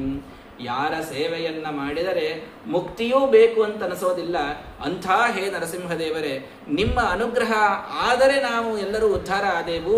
ನೀವೇ ಹಿಂಗೆ ಸಿಟ್ಟಿಗೆ ಬಂದು ನಮ್ಮೆಲ್ಲರನ್ನ ಸಂಹಾರ ಮಾಡ್ಲಿಕ್ಕೆ ನಿಂತರೆ ನಾವು ಯಾರನ್ನ ಶರಣ ಹೋಗೋಣ? ದಯಮಾಡಿ ನಿಮ್ಮ ಸಿಟ್ಟನ್ನು ಕಡಿಮೆ ಮಾಡಿಕೊಳ್ಳ್ರಿ ಅಂತ ಇಂದ್ರದೇವರು ಪ್ರಾರ್ಥನೆ ಮಾಡಿದರು. ಆಗಲಿಲ್ಲ. ಋಷಿಗಳು ಬಂದರು. ತ್ವನ್ನಸ್ತಪ ಪರಮ ಮಾತ್ಸಯದಾತ್ಮತೇಜೋ. ನಮ್ಮ ಇಡೀ ತಪಸ್ಸಿನ ಸಿದ್ಧಿ ಅಂದ್ರೆ ನಿನ್ನನ್ನು ನೋಡೋದು ಸ್ವಾಮಿ, ನಿನ್ನ ನೋಡ್ಲಿಕ್ಕತ್ತೀವಿ, ಆದ್ರೆ ಇಂಥ ರೂಪ ನೋಡ್ಲಿಕ್ಕೆ ನಮಗೂ ಆಗೋಲ್ತು, ಶಾಂತ ಆಗುವಂತ ಅವ್ರು ಹೇಳಿದರು. ಏನಾಗ್ಲಿಲ್ಲ. ಪಿತೃದೇವತೆಗಳು ಬಂದರು. ಭಗವಂತ ನಮ್ಮ ಮೇಲೆ ಬಹಳ ದೊಡ್ಡ ಉಪಕಾರ ಮಾಡಿ ಅಂದ್ರು. ನಿಮ್ಮ ಮೇಲೆ ಯಾಕಪ್ಪ ನಾವು ಉಪಕಾರ ಮಾಡೀನಿ? ಶ್ರಾದ್ದಾನಿ ನೋಧಿಬುಭುಜೆ ಪ್ರಸಭಂತನೋ ಜೈರ್ದತ್ತಾನಿ ತೀರ್ಥ ಸಮಯೇ ಪಿತಿಲಾಂಬುಚಾ ಪಿಬತ್. ಭಾರಿ ಇದ್ದ ಹಿರಣ್ಯಕಶಿಪು. ಅವ್ರು ತಂದೆ ತಾಯಿ ಕುರಿತು ಶ್ರಾದ್ದ ಮಾಡ್ತಿರ್ತಾರೆ ನೋಡ್ರಿ. ಶ್ರಾದ್ದಕ್ಕೆ ಇಟ್ಟು ಪಿಂಡ ಹೋಗಿ ತಿಂದು ಬಿಡ್ತಿದ್ದೀವಿ. ತಿಲಾಂಬುಚಾ ಪಿಬತ್. ಬಿಟ್ಟಂತ ಎಳ್ಳು ನೀರು ಗಟ ಗಟ ಕುಡಿದು ಬಂದ್ಬಿಡ್ತಿದ್ದ. ಅದೇನು ಸ್ವಾದೋದಕ್ಕೆ ಹಾಕಿ ತೀರ್ಥ ಅಂತ ತಿಳ್ಕೊಂಡಿದ್ನೋ ಏನು, ಚಂದ ಕುಡಿದು ಬಂದ್ಬಿಡುದು, ತಾನೇ ಪಿಂಡ ತಿಂದ್ಬಿಡುದು. ಪಿತೃದೇವತೆಗಳಂದ್ರು, ನಮ್ಮ ಉದ್ದೇಶ ಮಾಡಿ ಎಲ್ಲರೂ ಶ್ರಾದ್ದ ಮಾಡಿದ್ರೆ ಅದನ್ನ ತಿಂದು ಕೊಡ್ತಿತ್ತಿದ್ದು. ಅಂಥದ್ದು ಇವತ್ತು ಅವ್ನು ಸಂಹಾರ ಮಾಡಿದೆ ಮಾರಾಯ, ಬಹಳ ದೊಡ್ಡ ಉಪಕಾರ ಮಾಡಿದೆ ಅಂತ ಪಿತೃದೇವತೆಗಳು ಬಂದರು. ಸಿದ್ಧರು ಬಂದರು, ವಿದ್ಯಾಧರರು ಬಂದರು, ನಾಗರು ಬಂದರು, ಮನುಗಳು ಬಂದರು, ಪ್ರಜಾಪತಿಗಳು ಬಂದರು, ಗಂಧರ್ವರು ಬಂದರು. ಎಲ್ಲರೂ ಬಂದು ಪ್ರಾರ್ಥನಾ ಮಾಡಿದರು. ಚಾರಣರು, ಯಕ್ಷರು, ಕಿಂಪುರುಷರು ಯಾರೂ ಬಿಡ್ಲಿಲ್ರ. ಮತ್ತು ಎಲ್ಲರೂ ಬಂದು ಹೇಳಿದರೂ ಕೂಡ ನೋಪೇತು ಮಶಕನ್ ಮನ್ಯು ಸಂಗ್ರಹಂ ಸುದುರಾಸದಂ. ಅವನ ಮನ್ಯುವನ್ನ ಸಂಗ್ರಹ ಮಾಡ್ಲಿಕ್ಕೆ ಯಾರಿಗೂ ಆಗಲಿಲ್ಲ. ಅವನ ಕೋಪವನ್ನು ಶಾಂತ ಮಾಡ್ಲಿಕ್ಕೆ ಆಗಲಿಲ್ಲ. ಸಾಕ್ಷಾತ್ ಶ್ರೀಹಿ ಪ್ರೇಷಿತ ದೇವೈಹಿ ದೃಷ್ಟ್ವಾ ತನ್ಮಹದದ್ಭುತಂ. ಸಾಕ್ಷಾತ್ ಶ್ರೀದೇವಿಯನ್ನ ದೇವತೆಗಳು ಕರೀತಾರೆ. ಅಮ್ಮ, ಯಾರು ಬೇಕಾದ ಎಷ್ಟು ತಿರ್ಸಷ್ಟು ಗಂಡಿದ್ರು ಹೆಂಡತಿ ಮುಂದೆ ಸುಮ್ಮನೆ ಇರಬೇಕಾಗ್ತದ, ನೀನ ಹೋಗಿ ಏನಾದರೂ ಅವನನ್ನು ಶಾಂತ ಮಾಡಬೇಕು ಅಂತ ಹೇಳಿದ್ರೆ ಅದೃಷ್ಟಾಶ್ರಿತ ಪೂರ್ವತ್ವಾತ್ ಸಾ ನೋಪೇಯಾಯ ಶಂಕಿತ. ಇಂಥ ನಮ್ಮ ಮನೆಯವ್ರದ್ದು ಇಂಥ ರೂಪ ನಾ ಕೇಳಿಲ್ಲ ನೋಡಿಲ್ರಪ್ಪ, ನನಗೆ ಸಾಧ್ಯ ಇಲ್ಲ ಅಂತ ಲಕ್ಷ್ಮೀದೇವಿಯು ಹಿಂದೆ ಸರಿದಳು. ಶ್ರೀಮದ್ ಆಚಾರ್ಯ ತಾತ್ಪರ್ಯ ತಗೊಂಡು ಬಂದೇ ಬಿಟ್ರು. ಹೇಳೇ ತಿಳ್ಕೊಂಡ್ರೆ ಎಲ್ಲರೇ ಹಂಗೆ ಹುಚ್ಕೊಳ್ರೆ ಲಕ್ಷ್ಮೀದೇವಿ ನೋಡ್ಲಾರ್ದಂಥ ರೂಪ ಅಂತ ಇಲ್ಲೇ ಇಲ್ಲ. ಭಗವಂತ ಅನಂತ ಅನಂತ ರೂಪಗಳನ್ನು ತಗೊಂಡ್ರೆ ತಾನೂ ಅನಂತಾನಂತ ರೂಪಗಳನ್ನು ತಗೊಂಡು ಭಗವಂತನ ಇದ್ದಲ್ಲಿ ಇದ್ದಂತಹ ಮಹಾನುಭಾವಳು ಲಕ್ಷ್ಮೀದೇವಿ. ಅವಳಿಗೆ ಸಾನ್ವಿ ಅಂತ ಹೆಸರು. ಎಲ್ಲ ಕಡೆಗೂ ಅವಳು ಅನ್ವಿತಳಾಗಿದ್ದಾಳೆ ಭಗವಂತನ ಜೊತೆಗೆ, ಎಲ್ಲಿಯೂ ಬಿಟ್ಟಿಲ್ಲ ಅವಳನ್ನು. ಅಷ್ಟು ನಿತ್ಯಾವಿಯೋಗಿನಿ ಅವಳು. ಏನು ಇದು ರೂಪ ಅಂತಾಳಕಿ, ಇಂಥವು ಅನಂತ ನೋಡಿ ನಾನು ಅಂತಾಳೆ. ಮತ್ತು ಈಕೇನ್ರಿ ಅದೃಷ್ಟಾಶ್ರಿತ ಪೂರ್ವತ್ವಾತ್ ಅಂತಂದ್ಲಲ್ರಿ ಈಕಿ. ಹಿಂದಕ್ಕೆ ನಾನು ಇದನ್ನು ಕೇಳೇ ಇಲ್ಲ. ಹಿಂದಕ್ಕೆ ಯಾಕೆ? ಯಾವಾಗಲೂ ನೋಡ್ತಿರ್ತಾಳೆ, ಅದಕ್ಕೆ ಕೇಳಿಲ್ಲ ಅಂದ್ಲಷ್ಟೆ. ಸದ್ದಂತಿರ್ತ ಟಿಪ್ಪಣಿ ತಗೊಂಡೇ ಬಂದ್ಬಿಡ್ದು. ಅದೃಷ್ಟಾಶ್ರಿತ ಪೂರ್ವತ್ವಾತ್, ಇದು ಹಿಂದಕ್ಕೆಂದೂ ಕೇಳಲಾರ್ದು ನೋಡ್ಲಾರ್ದು ರೂಪ ಅಂತಂದಂಗೆ ಅನಿಸ್ತದೆ. ಹಿಂದ್ಕ ಅಂದ್ರೆ ಹಿಂದ್ಕಿಲ್ಲ, ಹೀಗೆ ಯಾವಾಗಲೂ ನೋಡ್ತಾ ಇರ್ತೀನಿ ಅನ್ನೋ ಅರ್ಥದೊಳಗೆ ಹಿಂದ್ಕ ಮುಂದ್ಕ ಅನ್ನೋ ಪ್ರಶ್ನೆನೇ ಇಲ್ಲಕ್ಕಿಗೆ. ಎಲ್ಲ ಕಾಲಕ್ಕೂ ನೋಡ್ತಿರ್ತಾಳೆ, ಅದಕ್ಕೆ ಹಂಗೆ ಅಂದಾಳ ಅಂತ ತಿಳ್ಕೊಳ್ರಿ ಅಂತ ಒಂದು. ಎರಡನೇದ್ದು, ನಿಮಗೆ ಅದೃಷ್ಟಾಶ್ರಿತ ಪೂರ್ವತ್ವಾತ್ ಅಂತ ಹೇಳಾಳಕ್ಕಿ ಅಂತ ಶ್ರೀಮದಾಚಾರ್ಯ ಹೇಳ್ತಾರೆ. ಇತರೈಹಿ ಸಾಧಾರಣೈಹಿ ಜನೈಹಿ. ಅದಕ್ಕೆ ಲೋಕಮೋಹಾಯ ನೋಯಯವು. ಕೇವಲ ಎರಡು ಕಾರಣಗಳು. ಒಂದು, ಲೋಕಮೋಹನಗಾಗಿ ಲಕ್ಷ್ಮಿಯೂ ನೋಡ್ಲಂತ ರೂಪ ಒಂದದ ದೇವ್ರದು ಅಂತ ಮಂದಿ ತಿಳ್ಕೊಳ್ಳಿ, ದರ್ಜನರು ಅವರಿಗೆ ವ್ಯಾಮೋಹನ ಆಗಲಿ ಅನ್ನೋದು ಒಂದಾದ್ರೆ, ಪ್ರಹ್ಲಾದರಾಜರಿಗೆ ಅವಾಗ ಕೀರ್ತಿ ಬರಲಿ. ಇದೆಲ್ಲ ಪ್ರಹ್ಲಾದರಾಜರಿಗಾಗಿ ಮಾಡಿದ್ದು ಭಗವಂತ. ಹಾಗಾಗಿ ಎಂಥ ಸಿಟ್ಟು ಯಾರೂ ಸಂಗ್ರಹ ಮಾಡ್ಲಿಕ್ಕೆ ಆಗ್ಲಾರ್ದನ್ನು ಪ್ರಹ್ಲಾದರಾಜರು ಮಾಡಿ ತೋರಿಸಿದ್ರು ಅನ್ನೋ ಕೀರ್ತಿಯ ಬಾಲಕನಿಗೆ ಬರಲಿ ಅನ್ನೋ ಒಂದೇ ಕಾರಣಕ್ಕೆ ಲಕ್ಷ್ಮೀದೇವಿ ತಾನು ಅಲ್ಲಿ ಏನೂ ಕೂಡ ಪ್ರಹ್ಲಾದೇ ಚೈವ ವಾತ್ಸಲ್ಯ ದರ್ಶನಾಯ. ಭಗವಂತ ಪ್ರಹ್ಲಾದನ ಮೇಲೆ ಎಂಥ ವಾತ್ಸಲ್ಯ ಇಟ್ಟಾನ ಅನ್ನೋದನ್ನು ತೋರಿಸ್ಲಿಕ್ಕೆ ದೇವರು ಮಾಡುವ ನಾಟಕದಲ್ಲಿ ತಾನು ಭಾಗಿಯಾಗಿದ್ದಾಳೆ ಮಹಾಲಕ್ಷ್ಮೀದೇವಿ ಅಂತ ಶ್ರೀಮದಾಚಾರ್ಯ ಹೇಳ್ತಾರೆ. ಯಾಕಂದ್ರೆ ತಾನೇ ಎಲ್ಲವನ್ನೂ ಮಾಡ್ತಾಳವಳು. ನಾ ಹೇಳಿದ್ರೆ ನಿಮ್ಗೆ ಆಕಿ ಏನೂ ಬಿಟ್ಟೇ ಇಲ್ರಿ. ಆಕಿ ಎಲ್ಲ ತಾನೇ ಮಾಡಿಬಿಡ್ತಾಳಕ್ಕಿ. ಕೋಟಿ ಕೋಟಿ ಭೃತ್ಯರಿರಲು ಹಾಟಕಾಂಬರನ ಸೇವೆ ಎಲ್ಲಾನು ಆಗಿ ಮಾಡ್ತಾಳೆ. ಮತ್ತೆ ಎಲ್ಲ ಸೇವೆ ಮಾಡ್ತಾಳ ಅನ್ನೋದು ಅಷ್ಟೇ ಅಲ್ಲ, ಛತ್ರ ಚಾಮರ ವ್ಯಜನ ಪರ್ಯಂಕ ಪಾತ್ರ ರೂಪದಲ್ಲಿ ನಿಂತು ಚಿತ್ರಚರಿತನಾದ ಹರಿಯ ನಿತ್ಯ ಸೇವೆ ಮಾಡುತ್ತಿಹಳು. ಏನು ಧನ್ಯಳು ಲಕುಮಿ, ಎಂಥ ಮಾನ್ಯಳು ನಮ್ಮ ಲಕ್ಷ್ಮೀದೇವಿ. ಎಂಥಕ್ಕೆ ಅಂದ್ರೆ ಭಗವಂತನ ಸೇವೆಯನ್ನ ಎಲ್ಲಾ ರೂಪದೊಳಗೆ ನಿಂತು ಮಾಡ್ತಾಳ ಅವಳು. ವೈಕುಂಠ ಅನ್ನೋ ಲೋಕ ನೋಡ್ತಿರಲ್ರಿ, ಆ ಇಡೀ ಲೋಕನೇ ಲಕ್ಷ್ಮಿ ಅಂತದ್ದು. ತಾನೇ ಲೋಕ ನಿಂತು ಬಿಟ್ಟಾಳಕಿ. ಅಲ್ಲಿಯ ಒಂದೊಂದು ಸೋಪಾನ ಅಷ್ಟು ಚಿನ್ಮಯವಾದ ಲೋಕ ಅದು. ಅಲ್ಲಿಯ ಒಂದೊಂದು ಕಮಲ ಅದರಲ್ಲಿ ಎಲ್ಲದರೊಳಗೆ ತಾನೇ ವ್ಯಾಪ್ತಳಾಗಿದ್ಬಿಟ್ಟಾಳ. ಅಂಥ ಮಹಾಲಕ್ಷ್ಮೀ ದೇವಿ ಇಂಥದ್ದನ್ನು ನೋಡಿಲ್ಲ ಅಂತಿಲ್ಲ. ಆದರೆ ಭಗವಂತನ ವಾತ್ಸಲ್ಯ ಭಕ್ತರ ಮೇಲೆ ಹೆಂಗದ, ಎಲ್ಲ ನನಗೇ ಅಂತಿರಬಾರ್ದು, ಉಳಿದವರಿಗೆ ಅವಕಾಶ ಬರಬೇಕು ಅನ್ನೋ ಒಂದೇ ಕಾರಣಕ್ಕೆ ತಾನು ಹಿಂದೆ ಸರಿದಿದ್ದಾಳೆ. ಇವರನ್ನು ಮುಂದೆ ಕಳಿಸ ನಮ್ಮ ಮಹಾಸ್ವಾಮಿಗಳವರು ಹೇಳ್ತಿರ್ತಾರೆ, ಮೂಲರಾಮ ದೇವರ ಮೇಲೆ ಅವು ಭಾರಿ ಭಾರಿ ಕವಚ, ರತ್ನದ ಹಾರ ಅವೆಲ್ಲ ಅವ. ನಿತ್ಯದೊಳಗೆ ಚಂದಾದಂತಹ ಸೇವಂತಿಗೆ, ಸಂಪಿಗೆ, ಗುಲಾಬಿ, ಕಮಲ, ಮಲ್ಲಿಗೆ ಎಲ್ಲ ಎರಸ್ತಿರ್ತಾರೆ. ಭಾರಿ ಚಂದ ಹಾರ. ಅವು ಹಾರ ಎದ್ರ ಮೇಲೆ ಎರಸ್ತಿರ್ತಾರೆ ಹೇಳ್ರಿ, ಅವು ಕವಚದ ಮ್ಯಾಲೆ ಕವಚ ಕಾಣಿಸಂಗಿಲ್ಲ, ಎಲ್ಲ ಬರೇ ಹಾರ ಕಾಣಿಸ್ತಿರ್ತವೆ. ಅಷ್ಟು ಕವಚದ ಮ್ಯಾಲೆ ಎರಸಿರ್ತಾರೆ, ಭಾರಿ ಚಂದ ಕಾಣ್ತಿರ್ತದೆ, ವೈಭವ, ಭಾರಿ ವೈಭವ ಅನಿಸ್ತಿರ್ತದೆ. ಪೂಜೆ ಆದ್ಮೇಲೆ ತೆಗೆದದನ್ನು ನಿರ್ಮಾಲ್ಯ ಅಂತ ಇಡ್ತಾರೆ. ಆ ಕವಚ ಹಾರ ಅವು ಏನಿರ್ತಾವೆ ಅವೆಲ್ಲ ಒಳಗೆ ರಾಮದೇವ್ರ ಜೊತೆಗೆ ಒಳಗೆ ಹೋಗ್ತಾವೆ, ಅವೆಲ್ಲ ಹೊರಗೆ ಬರುವುದೇ ಇಲ್ಲ. ಹಂಗೆ ನಮ್ಮ ಲಕ್ಷ್ಮೀದೇವಿ, ಬ್ರಹ್ಮದೇವರು, ವಾಯುದೇವರು ಇವ್ರು ಕವಚ ಇದ್ದಂಗೆ. ಇವ್ರು ರಾಮದೇವ್ರ ಮೇಲೆ ಯಾವಾಗಲೂ ಇರ್ತಾರೆ. ಇವು ಪ್ರಹ್ಲಾದ, ಗಜೇಂದ್ರ ಎಲ್ಲ ಒಂದ್ ದಿವ್ಸಕ್ಕೆ ಬರುವಂತ ಹಾರ. ಇವರೆಲ್ಲ ಒಂದ್ ದಿವಸ ಮೆರಿಲಿಕ್ಕಂತ ಕವಚ ಬಿಡ್ತಿರ್ತದಲ್ಲ, ಹಂಗ ಲಕ್ಷ್ಮೀದೇವಿ, ಬ್ರಹ್ಮದೇವ್ರು ಬಿಡ್ತಿರ್ತಾರಂತ. ಒಂದ್ ದಿವ್ಸ ನಿಂದಪ್ಪ, ನೀನೇ ಬಂದು ಭಗವಂತನ ಮೇಲೆ ನೀನೇ ಬಹಳ ಚಂದ ಕಾಣಿಸ್ ಹೋಗು, ನಾವಂತೂ ಸದಾ ಒಂದ್ ಜೊತೆಗೆ ಇರೋರು ಅಂತ ಹೇಳಿ ಈ ಅರ್ಥದೊಳಗ ಆ ಭಗವಂತನ ಸಾಕ್ಷಾತ್ ಲಕ್ಷ್ಮೀದೇವಿಯ ಮೇಲಿನ ವಾತ್ಸಲ್ಯ ಅನುಪಮವಾದರೂ ಕೂಡ ಪ್ರಹ್ಲಾದರಾಜರ ಮೇಲಿನ ಆ ಕಾಲಕ್ಕೆ ಅವಳ ಕೀರ್ತಿಗಾಗಿ ಲಕ್ಷ್ಮೀದೇವಿ ತಾನು ಆ ರೀತಿಯಲ್ಲಿ ಹೇಳಿದ್ದಾಳೆ. ಪ್ರಹ್ಲಾದಂ ಪ್ರೇಷಯಾಮಾಸ ಬ್ರಹ್ಮಾವಸ್ಥಿತವಂತಿಕೆ. ಬ್ರಹ್ಮದೇವರ ಜೊತೆಗಿದ್ದಂತಹ ಪ್ರಹ್ಲಾದನನ್ನು ಕೈ ಹಿಡ್ಕೊಂಡ್ಬಂದು ಲಕ್ಷ್ಮೀದೇವಿ, ಹೋಗಪ್ಪ ಸ್ವಪಿತ್ರೇ ಕುಪಿತಂ ಪ್ರಭುಂ, ನಿಮ್ಮ ಅಪ್ಪನ ಮೇಲೆ ಸಿಟ್ಟಿಗೆ ಬಂದ ನಾಯಕ್ ಸುಮ್ಮಿರ್ಲಿ ಅಂತಂದ್ಲ. ನಾಯಕ್ ಹೋಗಲ್ಲೇ ಸಿಕ್ಕೊಳ್ಳಿ, ನೀ ಹೋಗು ಅಂತ. ಆವಾಗ ನಕ್ಕೋತ 5 ವರ್ಷದ ಬಾಲಕ ಹೋಗ್ತದ್ರಿ. ಉಪೇತ್ಯ ಭುವಿ ಕಾಯೇನ ನಾಮ ವಿಧೃತಾಂಜಲಿ. ಕೈ ಮುಗಿದು ತನ್ನ ಇಡೀ ದೇಹವನ್ನ, ಸಣ್ಣ ದೇಹ, ಎಷ್ಟು 7 ವರ್ಷದ ಹುಡುಗನ ದೇಹ ಎಷ್ಟಿರ್ಬೇಕು, ಆ ಸಣ್ಣ ದೇಹದಿಂದ ಸಾಷ್ಟಾಂಗ ನಮಸ್ಕಾರ ಮಾಡ್ತದ. ಸ್ವಪಾದ ಮೂಲೆ ಪತಿತಂ ತಮರ್ಭಕಂ ವಿಲೋಕ್ಯ ದೇವ ಕೃಪಯಾ ಪರಿಪ್ಲುತ. ಕೃಪಾ ಎಷ್ಟು ಉಕ್ಕಿ ಬಂತು ಅಂದ್ರೆ ಆ ಪಾದದಲ್ಲಿ ಬಿದ್ದಂತಹ ಕೂಸನ್ನ ತಾನು ಕೂತು ತೊಡಿ ಮೇಲೆ ಕೂಡಿಸ್ಕೊಂಡು ಅದರ ತಲೆ ಮುದ್ದಾಡಿ ಅದರ ತಲೆ ಮೇಲೆ ಭಗವಂತ ಕೈ ಇಟ್ಟನಂತ.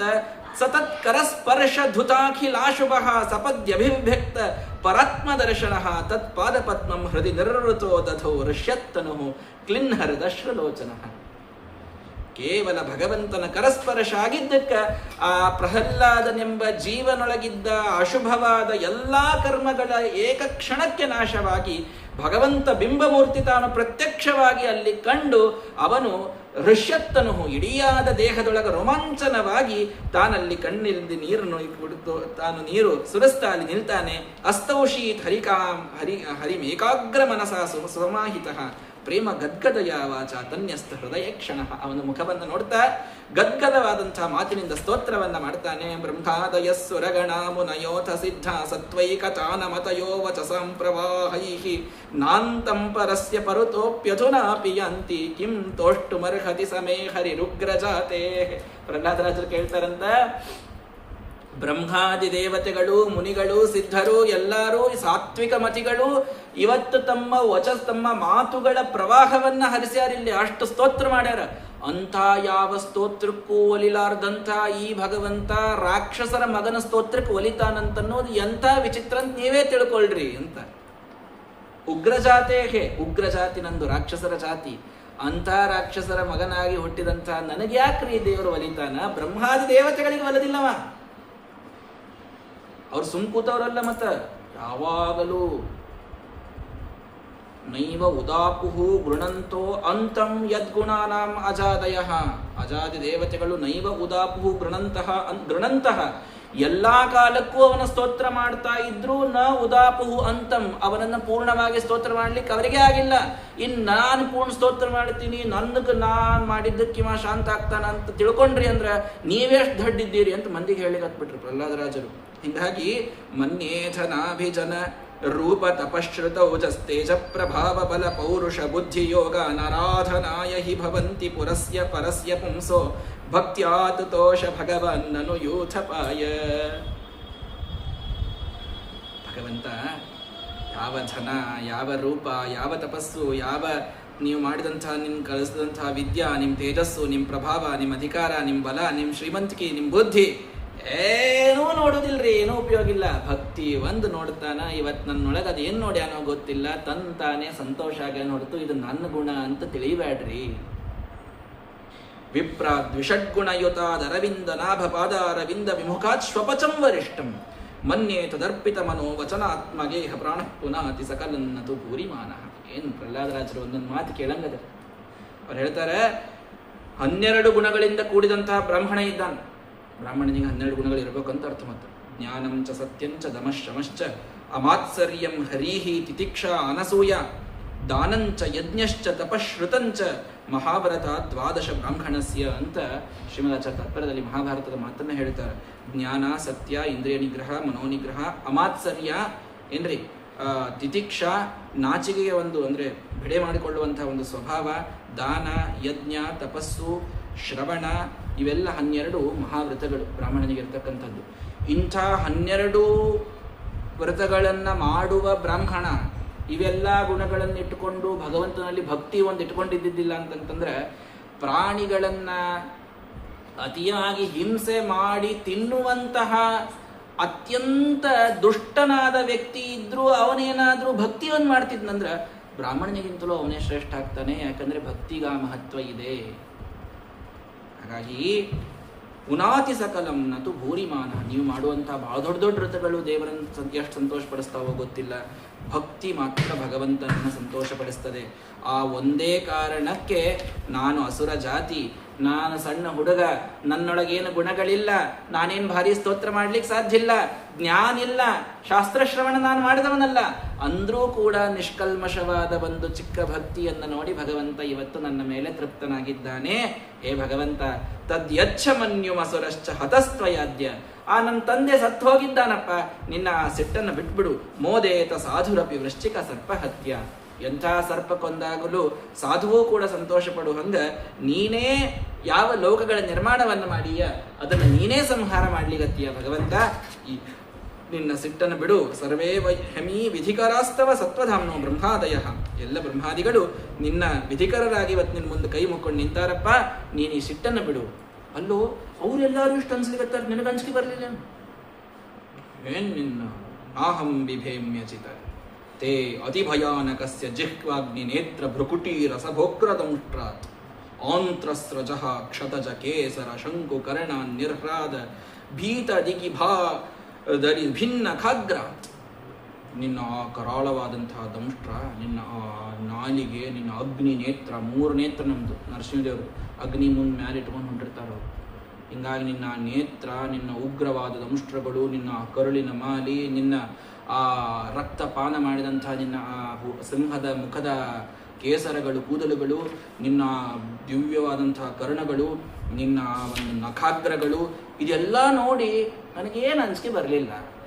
ಯಾಕೆ ನಾ ಇದಕ್ಕಿಂತ ಭಯಾನಕ ನೋಡಿಬಿಟ್ಟಿನಿ ಅಂತಂದ್ರು ಪ್ರಹ್ಲಾದರಾಜು. ಅಲ್ಲೊಂದು ನರಸಿಂಹದೇವರ್ಕಿಂತ ಭಯಾನಕ ಏನು ಕಾಣಿಸ್ತು ನಿನಗೆ? ತ್ರಸ್ತೋಸ್ಮ್ಯಹಂ ಕೃಪಣ ವತ್ಸಲ ದುಸ್ಸಹೋಗ್ರ ಸಂಸಾರ ಚಕ್ರ ಕದನಾತ್ಕೃಶತಾಂ ಪ್ರಣೀತ.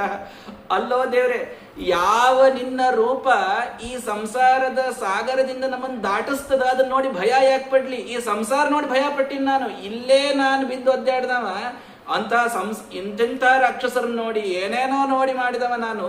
ನನಗೆ ಈಗ ಇದರಿಂದ ಮೋಕ್ಷ ಸಿಗದು ಅಂತ ನೀನು ಬಂದಾಗ ನಾನು ಭಯ ಯಾಕೆ ಪಡಬೇಕು? ನಾನು ನಿನ್ನ ಮೇಲೆ ಭಕ್ತಿ ಮಾಡ್ತೀನಿ ನಾನು ಅಂತ ನರಸಿಂಹದೇವರ ಮೇಲೆ ಬದ್ಧ ಸ್ವಕರ್ಮಭಿರುಷತ್ತಮ ತೆಂಗ್ರಿ ಮೂಲಂ ಭೀತಾಪವರ್ಗ ಮರಣಂ ಸಮೀಯಂ ಕದಾನು. ಯಾವಾಗ ನಿನ್ನ ಪಾದವನ್ನು ನಾನು ಹೊಂದೇನೋ ಅಂತ ಎಷ್ಟು ವರ್ಷ ನಾನು ತಪಸ್ ಮಾಡ್ಕೋತಿದ್ದಾವ ಅಂತ ನೀ ಸಿಕ್ಕಾಗ ಭಯಗೊಂಡು ಓಡಿ ಹೋದ್ನಿ ಅಂತಂದ್ರೆ ನನ್ನ ದಡ್ತನ ಆಗ್ತದದು. ಇಲ್ಲಪ್ಪ, ನನಗೆ ಏನೂ ಕೂಡ ಅಂಜಿಕಿಲ್ಲ. ನನಗೆ ಅಂಜಿಕಿರೋದು ಈ ಸಂಸಾರದಿಂದ. ಎಲ್ಲಿಂಥ ನಿನ್ನ ಅದ್ಭುತವಾದ ರೂಪ ನೋಡಿ ಭಕ್ತಿ ಮಾಡಿದ ನಾನು ನಾಳೆ ಮತ್ತ ಇದೇ ಸಂಸಾರದಾಗ ಬಿದ್ದೆಲ್ಲ ನಾನು ನಿನ್ನನ್ನು ಮರಿತೀನೋ ಅನ್ನುವಂಥ ನನ್ನ ಕರ್ಮದ ಮೇಲೆ ನನಗೆ ಅಂಜಿಕೆ ಅದು. ಬಿಟ್ರೆ ನಿನ್ನನ್ನು ನೋಡಿದ್ರೆ ಮಾತ್ರ ನನಗೆ ಸ್ವಾಮಿ ಸರ್ವಥಾ ಅಂಜಿಕಿಲ್ಲ. ಬಾಲಸ್ಯ ಚೇಹ ಶರಣಂ ಪಿತರೌಂಡ ಸಿಂಹ ಆರ್ತಸ್ಯ ಚಾಗದ ಮುದನ್ವತಿ ಮಜ್ಜತೋ ನೌಹು. ಭಗವಂತ ನಿನಗೆ ನಮಸ್ಕಾರ ಮಾಡಿದ್ರೆ ಅದು ಆ ಸಮುದ್ರದೊಳಗೆ ಮುಳುಗಿತಕ್ಕಂತಹ ಒಬ್ಬ ವ್ಯಕ್ತಿಗೆ ಅದು ಒಂದು ಹಡಗಿದ್ದಂಗ. ಹಾಗಾಗಿ ನೀನು ನಮಗ ನಿನ್ನ ಉಪಾಸಕರೆಲ್ಲರೂ ಇದ್ದಾರೆ, ಇವರ ಮೇಲೆ ಅನುಗ್ರಹ ಮಾಡಲಿಕ್ಕೆ ಈ ಒಂದು ಭಯಾನಕವಾದಂತಹ ಸಿಟ್ಟನ್ನ ನೀನು ತ್ಯಾಗ ಮಾಡು. ಭಗವಂತನ ಸಿಟ್ಟು ಅದು ಕೇವಲ ಸೃಷ್ಟಿಸಿದಂಥದ್ದು, ನಾಟಕೀಯವಾದಂಥದ್ದು. ಶ್ರೀಮದಾಚಾರ್ಯ ಸ್ಪಷ್ಟವಾಗಿ ಹೇಳ್ತಾರೆ, ಕ್ರೋಧವೆಂಬ ಗುಣ ದೋಷ ಇದು ಭಗವಂತನಲ್ಲಿ ಬರಲಿಕ್ಕೆ ಸಾಧ್ಯ ಇಲ್ಲ.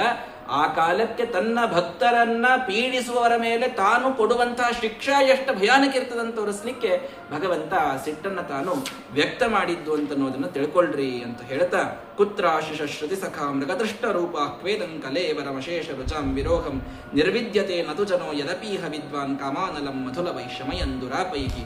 ಭಗವಂತ ಎಷ್ಟೆಲ್ಲ ಪ್ರಯತ್ನ ಮಾಡ್ತಾರೆ, ಆದರೆ ಈ ಮೃಗತೃಷ್ಣ, ಈ ಪಡಿಬೇಕು ಹೊಂದಬೇಕು ಅನ್ನೋ ಆಶಾದೊಳಗೆ ಬಿದ್ದು ಇವತ್ತಿಗೂ ಜನರು ಯಾವ ಅಶೇಷ ರೋಗಗಳಿಗೆ ನಿಧಾನವಾದ ಈ ಶರೀರದ ಮೇಲೇನೆ ಪ್ರೀತಿ ಇಟ್ಟು ವೈರಾಗ್ಯವನ್ನು ತಾಳಲಾರದೆ ತಮ್ಮ ಇಡೀ ಆಯುಷ್ಯವನ್ನ ಅವ್ರು ಹಾಳು ಮಾಡ್ಕೊಳ್ತಾರೆ.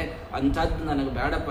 ಕ್ವಾಹಂ ರಜಪ್ರಭವ ಈಶತಮೋಧಿಕೇಸ್ಮಿನ್ ಜಾತಸ್ಸುರೇತರ ಕುಲೆ ಕ್ವತರವಾನುಕಂಪ. ಭಗವಂತ ಆ ದೈತ್ಯರ ಕುಲದೊಳಗೆ ಹುಟ್ಟಿ ಅಂಧಂತಮಸ್ಸಿಗೆ ಹೋಗಬೇಕಾದಂಥ ಯಾವಾಗಲೂ ರಜತ್ತಮೋ ಗುಣಗಳನ್ನೇ ನನ್ನ ಸುತ್ತಿಟ್ಟುಕೊಂಡಂಥ ನಾನೆಲ್ಲೇ ನ ಬ್ರಹ್ಮಣೋ ನತು ಭವಸ್ಯ ನ ವೈ ರಮಾಯಾಯನ್ಮೇ ಅರ್ಪಿತ ಶಿರಸಿ ಪದ್ಮಕರ ಪ್ರಸಾದ.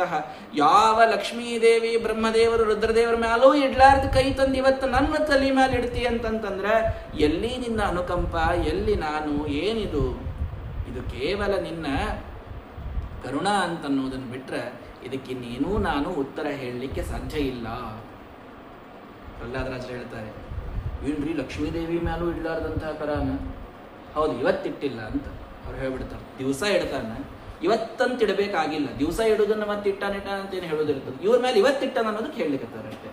ಹೌದು, ದಿವಸ ಸಾಯೋರಿಗೆ ಅಳವ್ರೆ ಅಂತಿರ್ತಾರೆ ನೋಡಿ. ಹಂಗಿದ್ದು ಎಲ್ಲಿ ಏವಂ ಜನಂ ನಿಪತಿತಂ ಪ್ರಭವಾಹಿ ಕೂಪೆ ಕಾಮಾಭಿ ಕಾಮಮನು ಯ ಪ್ರಪತನ್ ಪ್ರಸಂಗಾತ್. ಭಗವಂತ ಪ್ರಮಾದಿಗಳು ಕೂಡ ನಿನ್ನ ಸೇವೆಯನ್ನ ಮಾಡಿ ಎಂಥೆಂಥ ಅದ್ಭುತವಾದಂತಹ ಲೋಕಗಳನ್ನ ಆಧಿಪತ್ಯವನ್ನು ಪಡೆದಾರ. ನಾನಿವತ್ತು ಅದನ್ನು ಏನೂ ಕೇಳೋದಿಲ್ಲ. ಮತ್ ಪ್ರಾಣ ರಕ್ಷಣಮನಂತ ಪಿತುರ್ವಧಂಚ ಮನ್ನೆ ಸ್ವಭೃತ್ಯ ಋಷಿ ವಾಕ್ಯಮೃತಂ ವಿಧಾತು. ಇವತ್ತು ನೀನು ನನಗೆ ಬಂದು ರಕ್ಷಣೆ ಮಾಡಿದಿ, ನೀನು ಬಂದು ನನ್ನ ತಂದೆಯನ್ನು ಕೊಂದಿ, ಇದೆಲ್ಲ ನನ್ನ ಮೇಲೆ ಮಾಡಿದ ಅಂತ ನಾನು ಎಂದೆಂದೂ ಅಂದ್ಕೊಳ್ಳಿಲ್ಲ. ಬ್ರಹ್ಮದೇವರ ಮಾತು ಸತ್ಯ ಮಾಡ್ಲಿಕ್ಕೆ ನೀ ಬಂದಿ ಅಷ್ಟೆ. ಇದು ನೀನು ಮಾಡಿದ ಬ್ರಹ್ಮದೇವರ ಮೇಲೆ ಅನುಗ್ರಹ. ಅದಕ್ಕಾಗಿ ನೀನು ಯಾವಾಗಲೂ ಅವ್ರು ಮಾಡುವಂಥ ಭಕ್ತಿಯಲ್ಲೇ ನಾನು ಮಾಡುವಂಥ ಭಕ್ತಿಯಲ್ಲಿ ಪ್ರಹ್ಲಾದರಾಜರು ಹೇಳ್ತಾರೆ, ಅವರ ಮೇಲೆ ಅನುಗ್ರಹ ಮಾಡಲಿಕ್ಕೆ ಬಂದಿ ಸ್ವಾಮಿ.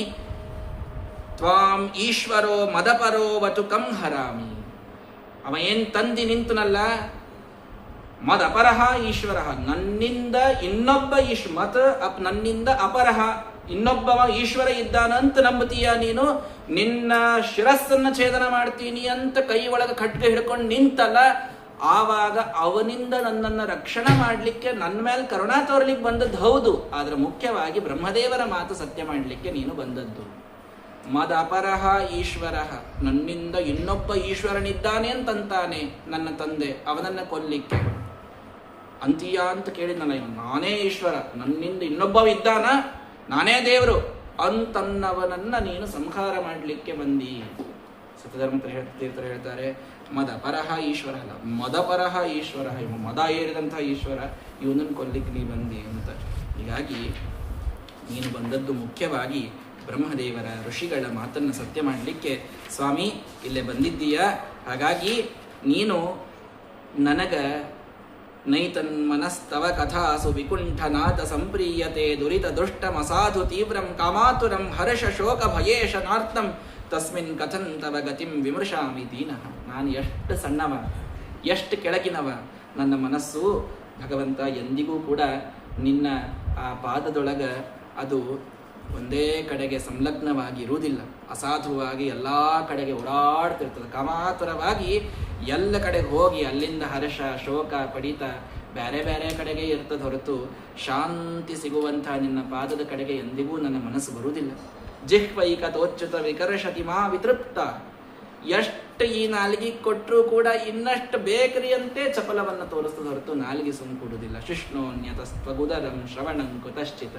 ದೇವರ ಕಥೆ ಕೇಳಬೇಕು ಅಂತ ಕಿವಿ ಬಂದಿರ್ತದ, ಏನೋ ಮೊಬೈಲ್ ರಿಂಗ್ ಆಗ್ತದೆ ಅಂತ ಅಲ್ಲಿ ಹೋಗ್ಬಿಡ್ತದ.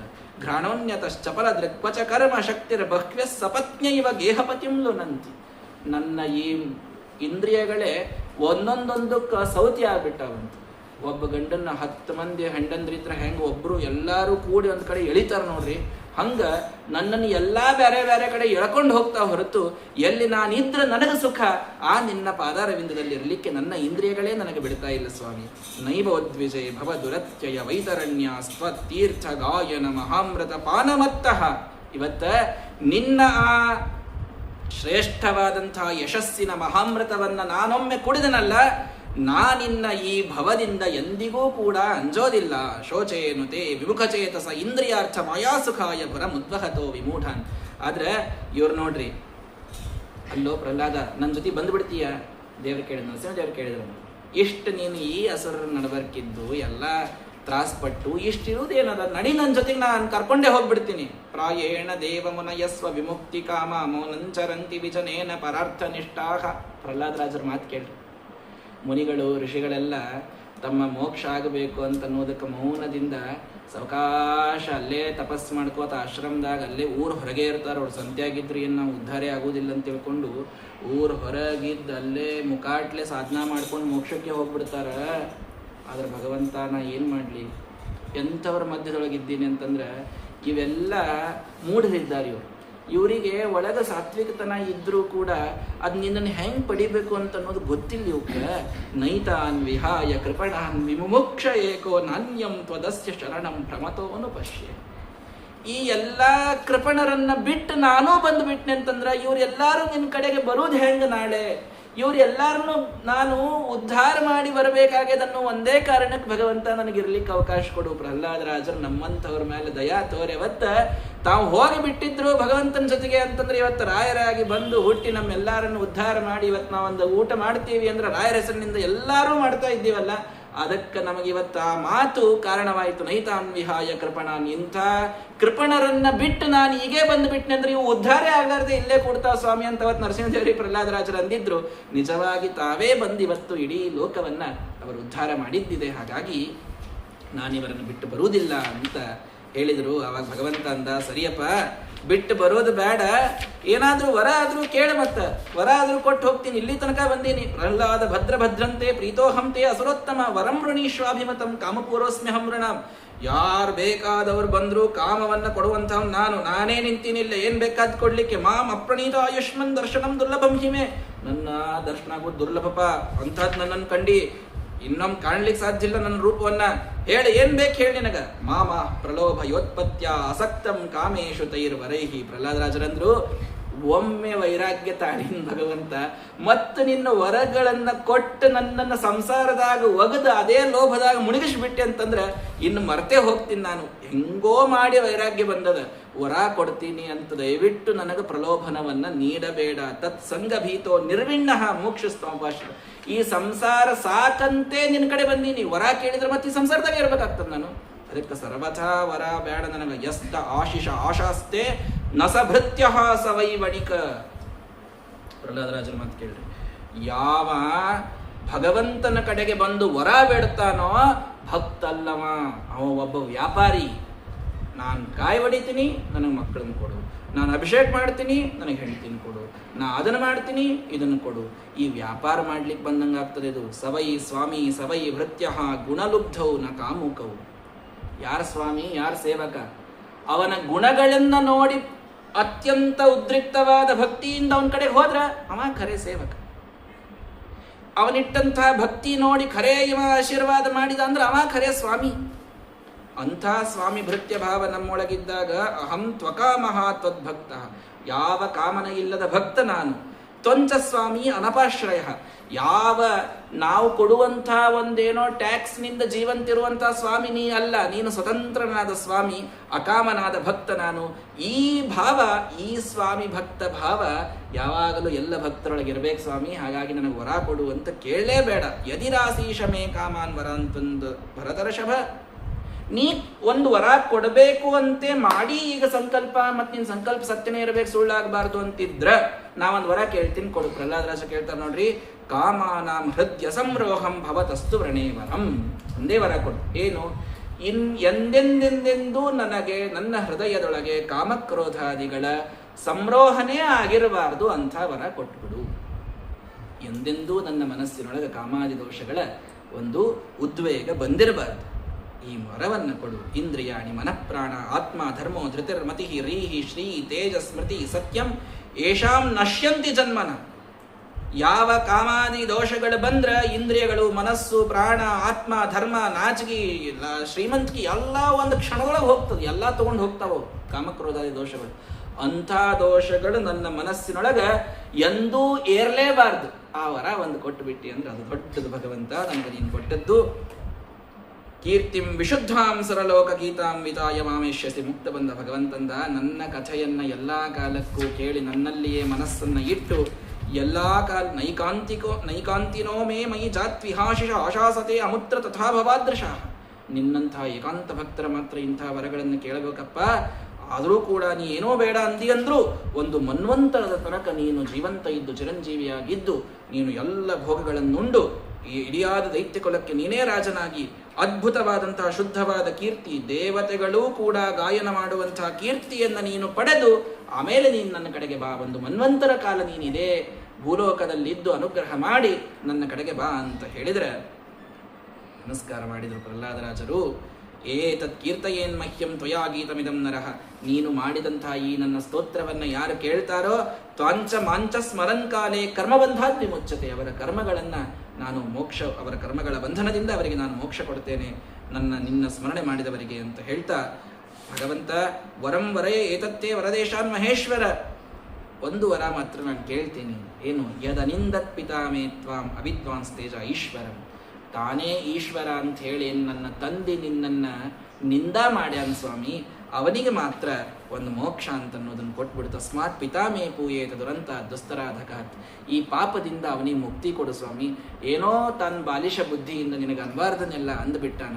ನನ್ನ ತಂದೆ ಉದ್ಧಾರ ಆದ್ರೆ ನನಗದೇ ಒಂದು ಸಂತೋಷ, ನನಗೆ ನೀ ಕೊಡುವಂಥ ವರ ಅಂತ ನಾನು ತಿಳ್ಕೊಳ್ತೀನಿ ಅಂತ. ಯಾವ ತಂದೆ ಇಲ್ಲಿ ತನಕ ಆನಿ ಕಾಲು ಕೆಳಗೆ ಹಾಕಿ ತುಳಿಸಿದ, ಹಾವಿನ ಕಡೆ ಕಚ್ಚಿಸಿದ, ವಿಷಾನೇ ಕೊಟ್ಟ ಅಂಥವನಿಗೆ ನರಸಿಂಹದೇವರ ಮುಂದೆ ನಿಂತು ತಸ್ಮಾತ್ ಪಿತಾಮೇ ಪೂಯೇತ, ನನ್ನ ತಂದೆ ಪವಿತ್ರ ಆಗ್ಲಿ ಸಾಕು ಅಂತ ಇಷ್ಟು ವರವನ್ನು ಕೇಳಿದ ನರಸಿಂಹದೇವರು ಅನ್ಬೇಕ್ರಿ, ನಿಮ್ಮಪ್ಪ ಅಲ್ಲ ಅವರಪ್ಪ ತ್ರಿಸಪ್ತಭಿ ಪಿತಾ ಪೂತಃ ಪಿತೃಭಿಸ್ ಸಹತೇನಗ. ಹಿಂದಿನ 21 ಕುಲ ಉದ್ಧಾರ ಆಗ್ಯದ ಹೋಗು ನಿಂದು ಅಂತಂದ. ಯಾಕ? ಯತ್ ಸಾಧೋ ಅಸ್ಯ ಕುಲೇ ಜಾತೋ ಭವಾನ್ ವೈ ಕುಲಪಾವನಃ.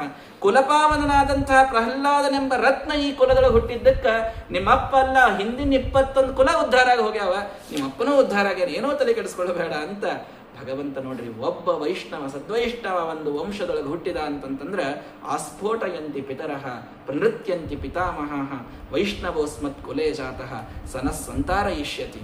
ಮ್ಯಾಲಿದ್ದಂತಹ ಪಿತೃಗಳು ಅಜ್ಜ ಮುತ್ತಜ್ಜ ಯಾರೆಲ್ಲ ಹೋಗಿರ್ತಾರ ನೋಡ್ರಿ, ಮ್ಯಾಲ ಅವ್ರ ಸ್ವರ್ಗದೊಳಗೆ ಕೇಕೆ ಹಾಕಿ ನರ್ತನ ಮಾಡ್ತಾರಂತೆ, ನಮ್ಮನ್ನು ಉದ್ಧಾರ ಮಾಡ ಹುಟ್ಟ್ಯಾನ ಅಂತ. ಒಬ್ಬ ಸದ್ವೈಷ್ಣವ ಹುಟ್ಟಿದ್ರೆ ಇಂಥ ಒಂದು ದೊಡ್ಡದಾದಂತಹ ಸಂಭ್ರಮ ಮೋಕ್ಷದೊಳಗ ಅಲ್ಲೇ ಸ್ವರ್ಗದೊಳಗೆ ಇರ್ತದಂತ. ಇಂತಹ ಪ್ರಹ್ಲಾದ ರಾಜರಂತಹ ರತ್ನ ಹುಟ್ಟಿದ್ರೆ ಆ ವಂಶ ಹೆಂಗ್ ಉದ್ಧಾರ ಆಗಿರ್ಲಿಕ್ಕಿಲ್ರಿ, ವಿಚಾರ ಮಾಡ್ರಿ. ಹೀಗಾಗಿ ಸರ್ವಾತ್ಮನಾನ ಹಿಂಸಂತಿ ಭೂತಗ್ರಾಮೇಶು ಕಿಂಚನ. ಎಂಥವ್ರು ನನ್ನ ಭಕ್ತರು. ದೇವ್ರು ಹೇಳ್ತಾನೆ, ನರಸಿಂಹದೇವ್ರು ಹೇಳ್ತಾರೆ ನೋಡ್ರಪ್ಪ, ನರಸಿಂಹದೇವ್ರ ಭಕ್ತರು ಅಂತ ಬರೇ ಶನಿವಾರಕ್ಕೊಮ್ಮೆ ಹೋಗಿ ಕಾಯಿ ಹೊಡೆದ್ರಲ್ಲ, ಏನ್ ಮಾಡ್ಬೇಕಂತ ಹೇಳ್ತಾರೆ ನೋಡ್ರಿ ಅವರು. ಯತ್ರ ಯತ್ರ ಚ ಮದ್ಭಕ್ತಾಹ, ನನ್ನ ಭಕ್ತರು ಪ್ರಶಾಂತಾಹ ಸಮದರ್ಶನಃ, ಎಲ್ಲಾ ಕಾಲಕ್ಕೆ ಶಾಂತಿ ಇದ್ದವರು, ಎಲ್ಲಾ ಕಾಲಕ್ಕೆ ಸಾಧುಗಳು, ಎಲ್ಲಾ ಸದಾಚಾರ ಇಟ್ಕೊಂಡವರು, ಎಂಥ ಒಂದು ಪ್ರಾಣಿನ್ ಕಂಡ್ರು ಹಿಂಸಾ ಮಾಡ್ಲಾರ್ದೇನೆ ಅದರ ಮ್ಯಾಲೂ ಪ್ರೀತಿ ತೋರಿಸುವಂಥವ್ರು.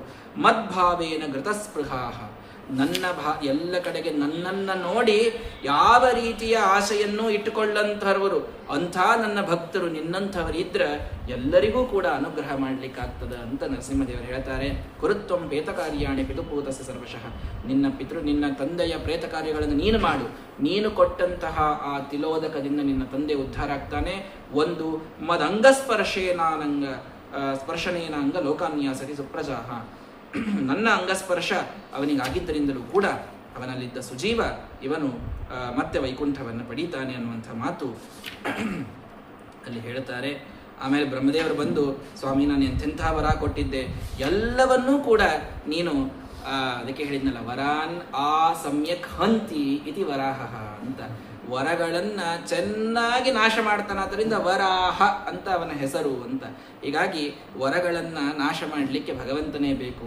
ಎಲ್ಲವನ್ನೂ ಬಂದು ನೀನು ಸತ್ಯ ಮಾಡಿದೆಯಪ್ಪ ಅಂತ ಬ್ರಹ್ಮದೇವರು ಬಂದು ನಮಸ್ಕಾರ ಮಾಡಿದ್ರಂತ. ಭಗವಂತಂದ ಮೈವಂ ವಿಧೋ ಅಸುರಾಣಾಂ ತೇ ಪ್ರದಯ ಪದ್ಮ ಸಂಭವ. ಒಂದ್ಸಲ ನರಸಿಂಹದೇವರಾಗಿನಪ್ಪ, ಎಲ್ಲ ಸಲ ಹಿಂಗೆ ಹಾಕೋತ ಹೋಗಂದ್ರೆ ಆಗಂಗಿಲ್ಲ ನನಗೆ, ಇಂಥ ವರ ಮಾತ್ರ ಕೊಡ್ಲಿಕ್ಕೆ ಹೋಗಬೇಡ ಫಸ್ಟ್ ಹೇಳ್ಬಿಟ್ಟು. ಬ್ರಹ್ಮದೇವರು ಕೂಡ ಭಗವಂತನ ಇಚ್ಛಾ ಇಟ್ಟುಕೊಂಡೇ ಕೊಟ್ಟಿರ್ತಾರೆ, ಸುಮ್ಮನೆ ಯಾರಿಗೂ ವರ ಕೊಡುವುದಿಲ್ಲ. ನಿನ್ನೆ ಕೇಳಿರಿ ಕಾರಣವನ್ನು ಕೊಟ್ಟಂಥ ವರ ಯಾಕೆ ಅಂತ. ಹಾಗಾಗಿ ಅವರೆಲ್ಲರೂ ಕೂಡ ಭಗವಂತನ ಸ್ತೋತ್ರವನ್ನಲ್ಲಿ ಮಾಡಿದ್ದಾರೆ. ಮಾಡಿದಾಗ ಇತ್ಯುಕ್ತ ಭಗವಾನ್ ರಾಜನ್ ತತಶ್ಚ ಅಂತರ್ಧತೆ ಹರಿಹಿ, ನರಸಿಂಹದೇವರು ಅದೃಶ್ಯರಾಗಿ ಪೂಜಿತ ಪರಮೇಷ್ಟಿನ ಬ್ರಹ್ಮದೇವರಿಂದ ಪೂಜಿತರಾಗಿ ಅವರು ಹೋಗ್ತಾ ಇದ್ದಾರೆ. ಆವಾಗ ಬ್ರಹ್ಮದೇವರನ್ನ, ರುದ್ರದೇವರನ್ನ, ಬಂದಂತಹ ಎಲ್ಲಾ ದೇವತೆಗಳನ್ನ ಪ್ರತ್ಯೇಕವಾಗಿ ನಮ್ಮ ಮಹಾನುಭಾವರು ಪ್ರಹ್ಲಾದರಾಜರು ಪೂಜೆಯನ್ನ ಅಲ್ಲಿ ಮಾಡ್ತಾ ಇದ್ದಾರೆ. ಆವಾಗ ಆ ಶುಕ್ರಾಚಾರ್ಯರು ದೈತ್ಯರ ಗುರುಗಳು ಬಂದು ಅವರನ್ನ ರಾಜನನ್ನಾಗಿ ಮಾಡಿದ್ದಾರೆ. ಹೀಗೆ ಆ ಹಿರಣ್ಯಾಕ್ಷ ಹಿರಣ್ಯಕಶಿಪುಗಳೇ ಮತ್ತೆ ಮುಂದೆ ರಾವಣ ಕುಂಭಕರ್ಣರಾಗಿ ಹುಟ್ಟಿದ್ದಾರೆ. ಅಲ್ಲಿ ರಾಮದೇವರಿಂದ ತಾವು ಹತರಾಗಿದ್ದಾರೆ. ಈಗ ಅವರೇ ಶಿಶುಪಾಲದಂತ ವಕ್ರರಾಗಿ ಬಂದು ಇಲ್ಲಿ ಆ ಸಭೆಯಲ್ಲಿ ಹತರಾದ್ರಪ ಅಂತ ರಾಜಸೂಯಾಗದ ಪ್ರಸಂಗದೊಳಗೆ ಯುಧಿಷ್ಠಿರನಿಗೆ ನಾರದರು ಹೇಳ್ತಾ, ಪ್ರಹ್ಲಾದಸ್ಯಾನುಚರಿತಂ ಮಹಾಭಾಗವತಸ್ಯ ಚ ಭಕ್ತಿರ್ ಜ್ಞಾನಂ ವಿರಕ್ತಿಶ್ಚ ಯಾಥಾತ್ಮ್ಯಂಚ ಅಸ್ಯ ವೈಹರೇಹೇ. ಪ್ರಹ್ಲಾದರಾಜರ ಮತ್ತು ನರಸಿಂಹದೇವರ ಚರಿತ್ರೆಯನ್ನ ಕೇಳಿದರೆ ಭಕ್ತಿ, ಜ್ಞಾನ, ವೈರಾಗ್ಯ, ಭಗವಂತನಲ್ಲಿ ಯಥಾರ್ಥವಾದಂತಹ ಬುದ್ಧಿ ಬರುವುದು ಬಹಳ ಕಷ್ಟದ. ಯಥಾರ್ಥವಾದಂತಹ ಭಗವಂತನಲ್ಲಿ ಮಹಾತ್ಮ್ಯ ಜ್ಞಾನ ಅಂತನ್ನೋದು ನಮಗೆ ಈ ಪ್ರಹ್ಲಾದರಾಜರ ಚರಿತ್ರೆಯಿಂದ ಇದು ಬರುತ್ತದೆ ಅನ್ನುವಂತಹ ಫಲವನ್ನ ಭಾಗವತ ನಮಗೆ ತಿಳಿಸಿಕೊಡ್ತಾ ಇದೆ. ಸಪ್ತಮ ಸ್ಕಂದ ಇಲ್ಲಿಗೆ ಮುಗೀತು ಅಂತ ಬಹಳ ಮಂದಿ ತಿಳ್ಕೊಂಡ್ಬಿಟ್ಟಾರೆ. ಈಗ ಪ್ರಾರಂಭ ಆಗ್ತದೆ ಸಪ್ತಮ ಸ್ಕಂದ ಕರೆ. ಇದ್ರಾಗಿನ್ನ ಎಷ್ಟೋ ವಿಷಯಗಳು. ಪ್ರಹ್ಲಾದರಾಜರು ಬಂದು ಅವ್ರನ್ನ ಹಿರಣ್ಯಕಶಿಪು ಕೊಲ್ಲಿಕ್ ನೋಡಿ ಆಗ್ಲಾರ್ದೆ ನರಸಿಂಹದೇವರು ಬಂದು ಕಾಯಿ ಒಡೀತು ಅಂತಂದ್ರೆ ಸಪ್ತಮ ಸ್ಕಂದ ಮುಗೀತಂತೆ ಅರ್ಥ. ಹಂಗಿಲ್ಲ, ಸಾಕಷ್ಟು ವಿಷಯಗಳು. ಇನ್ನು ಸವಾ ಅಯಂ ಬ್ರಹ್ಮ ಮಹದ್ವಿಮೃಗ್ಯಂ ಕೈವಲ್ಯ ನಿರ್ವಾಣ ಸುಖಾನುಭೂತಿ. ನಾರದರು ಇನ್ನೂ ಯುಧಿಷ್ಠಿರನಿಗೆ ಉಪದೇಶಗಳನ್ನು ಮಾಡ್ತಾರೆ ಸಾಕಷ್ಟು ಅದ್ಭುತವಾದಂಥದ್ದು. ಇವತ್ತು ಸ್ವಲ್ಪ ಸಮಯ ಕೊಟ್ಟು ಆ ನಾರದರ ಉಪದೇಶವನ್ನು ಕೇಳಿ, ಅದ್ಭುತವಾದ ಉಪದೇಶ. ನಾರದರು ಹೇಳ್ತಾರೆ, ಪ್ರಿಯ ಸುಹೃದ್ವ ಖಲು ಮಾತುಲೇಯ. ಅಗ್ರಪೂಜಾ ಮಾಡ್ಲಿಕ್ಕೆ ಕೃಷ್ಣನ್ ಇವತ್ತನ್ನು ನಿಲ್ಸಿರಲ್ಲ, ಶಿಶುಪಾಲ ಬಂದು ಹೇಳಿದ ಅಂತನ್ನೋದಕ್ಕೆ ಚಕ್ರ ಬಿಟ್ಟ, ಇದೆಲ್ಲ ಕಥೆಯಾಯಿತು. ಯಾರಿವ? ನಿಮ್ಮ ಗೆಳೆಯನ, ನಿಮ್ಮ ಅತ್ತಿ ಮಗನ ಇವ? ಆತ್ಮ ಅರ್ಹಣೀಯೋ ವಿಧಿಕೃತ್ ಗುರುಶ್ಚ. ಎಲ್ಲರಿಂದ ಪೂಜ್ಯನಾದ ಗುರುವಾದ ಜಗದ್ಗುರುವಾದಂತಹ ಎಲ್ಲವನ್ನೂ ವಿಧಾನ ಮಾಡುವಂತಹ ಸಾಕ್ಷಾತ್ ಕೈವಲ್ಯ ನಿರ್ವಾಣ ಸುಖಾನುಭೂತಿ, ಸಚ್ಚಿದಾನಂದ ರೂಪಿಯಾದಂತಹ ಸವಾ ಅಯಂ ಬ್ರಹ್ಮ, ಪರಬ್ರಹ್ಮನೇ ಅವನಪ್ಪ ಕೃಷ್ಣ. ಯಾರಿಗೋ ನೀನು ಸುಮ್ಮವ ನಮ್ಮ ಅತ್ತಿ ಮಗ ಮನೆಗೆ ಬಂದಾನಂತ ಕಸಿನ್ ಅನ್ನೋ ಅರ್ಥದೊಳಗೆ ಅವನು ನೋಡ್ಲಿಕ್ಕೆ ಹೋಗಬೇಡ. ನಯಸ್ಯ ಸಾಕ್ಷಾತ್ ಭವ ಪದ್ಮಜಾದಿಭಿ ರೂಪಂಧಿಯ ವಸ್ತುತಯ ಉಪವರ್ಣಿತಂ. ಯಾವನ ರೂಪವನ್ನ ಎಲ್ಲಾ ರೀತಿಯಿಂದ ಸರ್ವಜ್ಞರಾದಂತಹ ಬ್ರಹ್ಮರುದ್ರಾದಿಗಳು ಇವತ್ತಿಗೂ ಪೂರ್ಣ ಚಿಂತನೆ ಮಾಡ್ಲಿಕ್ಕಾಗಿಲ್ಲೋ, ಮೌನೇನ ಭಕ್ತ್ಯೋಪಶಮೇನ ಪೂಜಿತ ಪ್ರಸೀದತಾಮೇಶ ಸತಾತ್ಮತಾಂಪತಿ. ಅವನನ್ನ ಭಾರೀ ಭಕ್ತಿಯಿಂದ ಪೂಜಾ ಮಾಡಿ ಪ್ರಸನ್ನಗೊಳಿಸ್ಕೊಳ್ರಿ. ಅಂಥ ಯದುಕುಲದ ನಂದನನ್ನ ನೀವು ಪೂಜೆಯಿಂದ ಸಂತೋಷಗೊಳಿಸಬೇಕು ಹೊರತು ಸ್ನೇಹದಿಂದ ಬಾಂಧವ್ಯದಿಂದ ಸಂತೋಷಗೊಳಿಸುವುದಲ್ಲ ಅವನನ್ನ. ಎಂಥ ಮಹಾತ್ಮ್ಯ ಅದ ಗೊತ್ತೇನು? ಈ ಭಗವಂತ ಹಿಂದ ಪುರಾ ರುದ್ರಸ್ಯ ದೇವಸ್ಯ ಮಯೇನಾನಂತಮಾಯಿನ, ರುದ್ರದೇವರ ಸೊಕ್ಕು ಮುರಿದು ಹಾಕಿದಂಥ ಮಹಿಮ. ರುದ್ರದೇವರಿಗೆ ಬಂದಂತಹ ಒಂದು ಅಹಂಕಾರವನ್ನ ಮುರಿದು ಹಾಕಿದಂತಹ ನಮ್ಮ ಸಾಕ್ಷಾತ್ ಕೃಷ್ಣ ಪರಮಾತ್ಮ.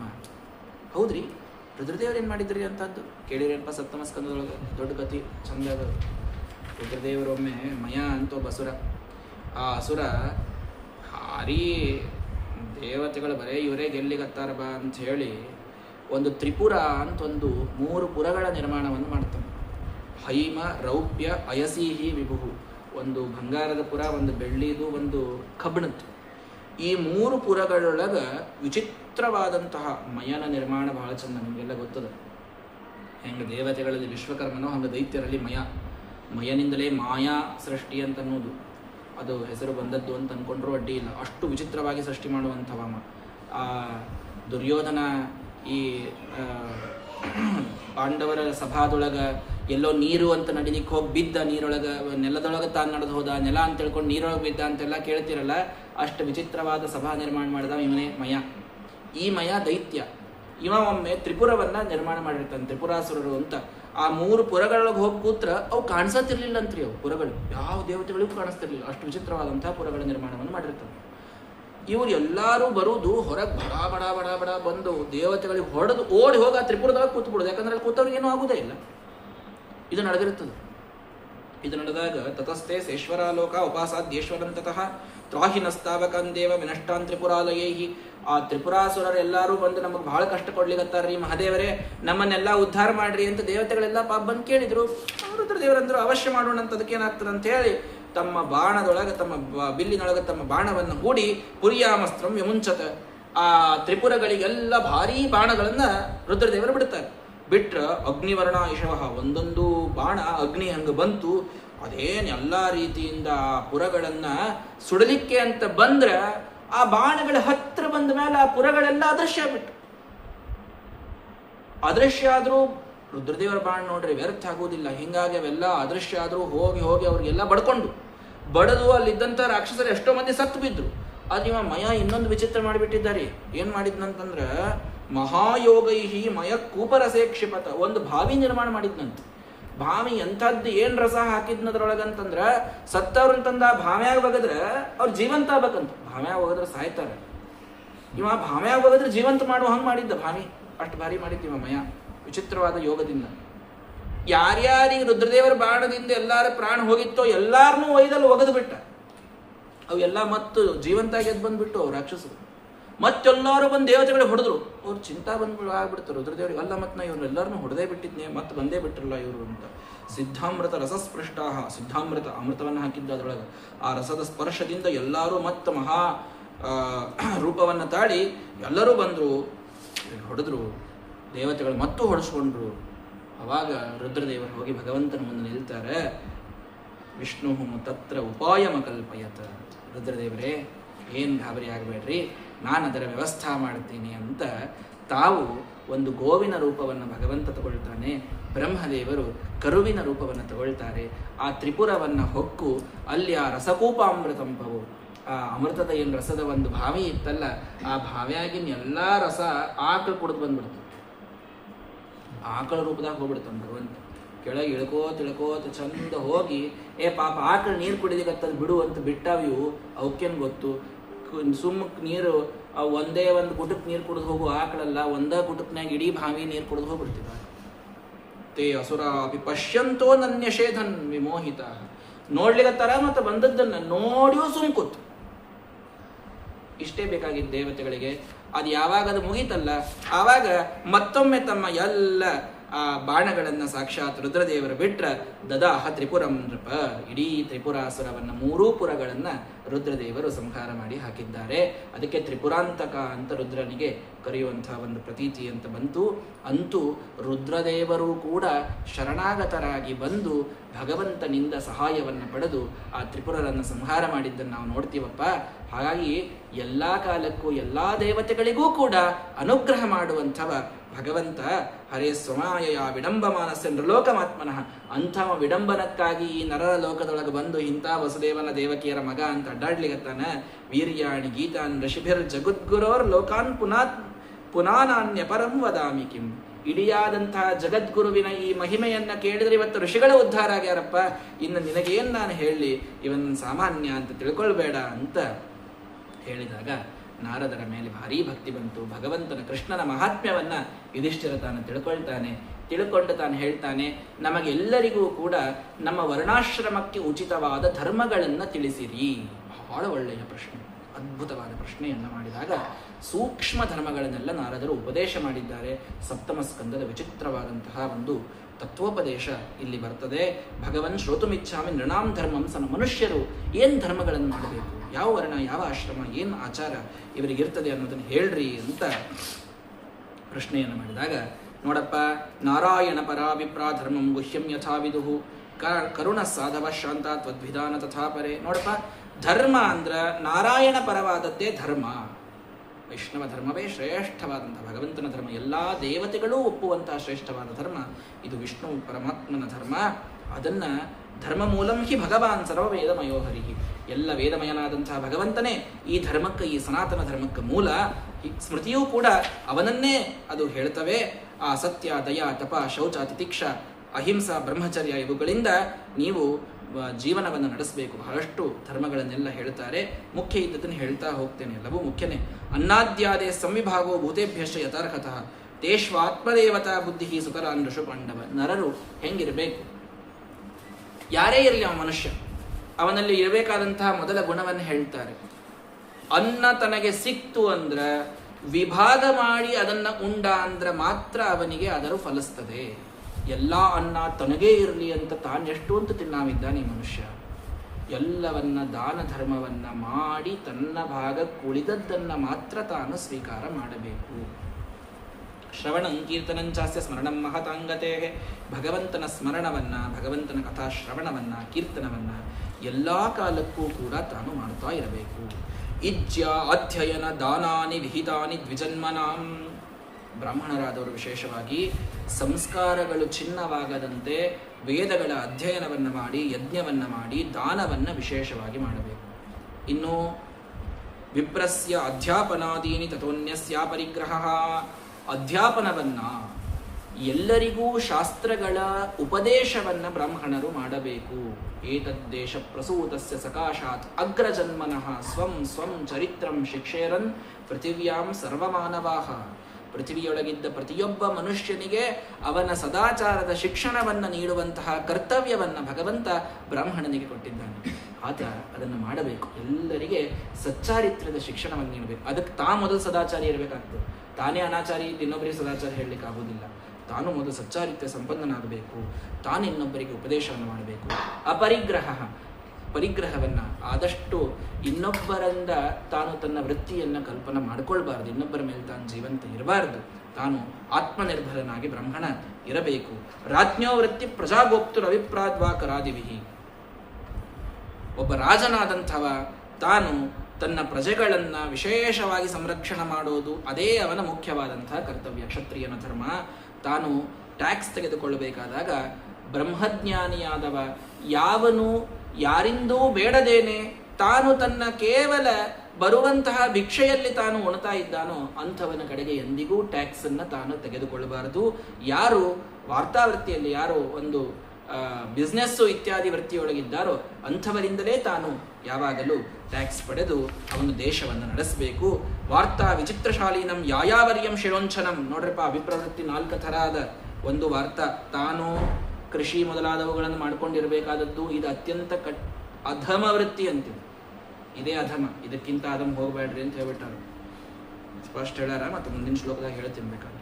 ವಾರ್ತಾ ಅಂದ್ರೆ ಕೃಷಿ ಮೊದಲಾದವುಗಳನ್ನು ಮಾಡ್ಕೊಂಡಿರೋದು, ಇದು ಎಲ್ಲಕ್ಕಿಂತ ಕೆಳಗಿನದು ಒಬ್ಬ ಬ್ರಾಹ್ಮಣನಿಗೆ ಇರ್ತಕ್ಕಂಥ ವೃತ್ತಿ. ಇನ್ನು ಯಾಯಾವರ್ಯಂ, ಯಾಯಿವಾರು ಅಂತಂತಾರಲ್ಲ, ಪ್ರತಿಯೊಂದು ಮನೆಗೆ ಹೋಗಿ ತಾನು ಭಿಕ್ಷೆಯನ್ನು ಬೇಡಿ ಮಧುಕರ ವೃತ್ತಿಯಿಂದ ತಾನು ಸ್ವೀಕಾರ ಮಾಡಿ ಊಟ ಮಾಡೋದು. ವಾರದ ಅನ್ನ ಯಾಯಿವಾರ ಅಂತೆಲ್ಲ ಹಿಂದ್ಕಂತಿದ್ರು. ಈ ವೃತ್ತಿಯಿಂದಿರೋದು ಇದಕ್ಕಿಂತ ಶ್ರೇಷ್ಠ ಇದು. ಇನ್ನು ಶಿಲೋಂಚನ ವೃತ್ತಿ, ಅದು ದ್ರೋಣಾಚಾರ್ಯರಂತಹ ಮಹಾಬ್ರಾಹ್ಮಣರು ಇದ್ದದ್ದನ್ನು ನಾವು ಕೇಳ್ತೀವಿ.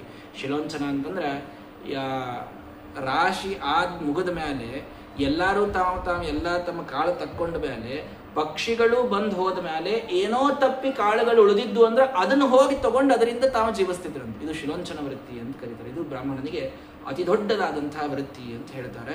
ಅಂಥ ಬ್ರಾಹ್ಮಣರು ಈಗ ಬಹುಶಃ ಇಲ್ಲ ಅಂತ ಅನ್ಕೊಳ್ಳೋಣ. ಇದ್ರೆ ಅವರಿಗೆ ನಮಸ್ಕಾರ. ರತೆ ರಾಜನ್ಯಂ ಆಪತ್ಸು ಸರ್ವೇಶಾಂಪಿ ಸರ್ವಶ. ಮಹಾ ಆಪತ್ತು ಬಂದಾಗೂ ಕೂಡ ರಾಜಾನ್ ಕೇಳಬಹುದು ಹೊರತು ಇನ್ನೊಬ್ಬರ ಮುಂದೆ ಕೈ ಚಾಚುವಂಥದ್ದು ಅವನಿಗಿರೋದಿಲ್ಲ. ಮೃತ, ಪ್ರಮೃತ, ಅಮೃತ ಅಂತ 3 ವಿಧವಾದ ಅನ್ನಗಳನ್ನು ಅವರು ಸೇವಿಸಲಿಕ್ಕೆ ಬರ್ತದೆ. ತಾವು ಕೇವಲ ಸತ್ಯದಿಂದ ಅವರು ಆ ಶಿಲೋಂಚ ವೃತ್ತಿಯಲ್ಲಿದ್ದಂತಹದ್ದನ್ನೇನಾದರೂ ಅನ್ನ ಸ್ವೀಕಾರ ಮಾಡಿದರೆ ಅದಕ್ಕೆ ಅಮೃತ ಅಂತಂತಾರೆ. ಅದು ಅಯಾಚಿತಂ, ಯಾಚನಾ ಮಾಡಿಯೂ ಬಂದದ್ದಲ್ಲದು, ಅದು ಅಯಾಚಿತವಾದಂಥದ್ದು. ಅಯಾಚಿತ ವೃತ್ತಿಯೊಳಗಿದ್ರೆ ಅದು ಅಮೃತಾನ್ನ ಅಂತ. ಶ್ವವೃತ್ಯಾನ ಕಥಂಚನ, ಶ್ವವೃತ್ತಿ ಒಳಗೆ ಮಾತ್ರ ಎಂದಿಗೂ ಇರಬಾರದು. ಇನ್ನೊಬ್ಬರ ಕೈ ಕೆಳಗ ಆಳಾಗಿ ದುಡಿಯುವಂಥದ್ದನ್ನ ಎಂದಿಗೂ ಬ್ರಾಹ್ಮಣನಾದವ ಮಾಡಬಾರದು ಅಂತ ಭಾಗವತ ಸ್ಪಷ್ಟವಾಗಿ ಹೇಳ್ತದೆ. ಇನ್ನು ಮೃತ ಯಾವುದು? ಅಮೃತ ಶಿಲೋಂಚ ವೃತ್ತಿಯೊಳಗಿರೋದು. ಇನ್ನು ನಿತ್ಯ ಭಿಕ್ಷೆಯಿಂದ ಬಂದಂಥ ಅನ್ನ ಇದು ಮೃತ ಅಂತ. ಇದು ಮೃತ, ಇದು ಅನ್ನ ಸ್ವೀಕಾರ ಮಾಡಿದ್ರು ಇದು ಮೃತ. ಇನ್ನು ಪ್ರಮೃತ ಅಂದ್ರೆ ಚಂದ ಸತ್ತದ್ದು, ಇದು ಯಾವುದು ಅಂತಂತಂದ್ರೆ ನೀನು ಸತ್ಯಾನೃತಂತೂ ವಾಣಿಜ್ಯಂ, ಏನೋ ಬಿಸ್ನೆಸ್ ಮಾಡಿದಾಗ ನಿನಗಲ್ಲಿ ಸುಳ್ಳು ಹೇಳಬೇಕಾಗ್ತದೆ. ಸುಳ್ಳು ಹೇಳಿ ಬಿಸ್ನೆಸ್ನಿಂದ ಮಾಡಿದ ಅನ್ನ ಏನಿರ್ತದೆ ಇದು ಪ್ರಮೃತ ಅಂತ ಆಗ್ತದೆ.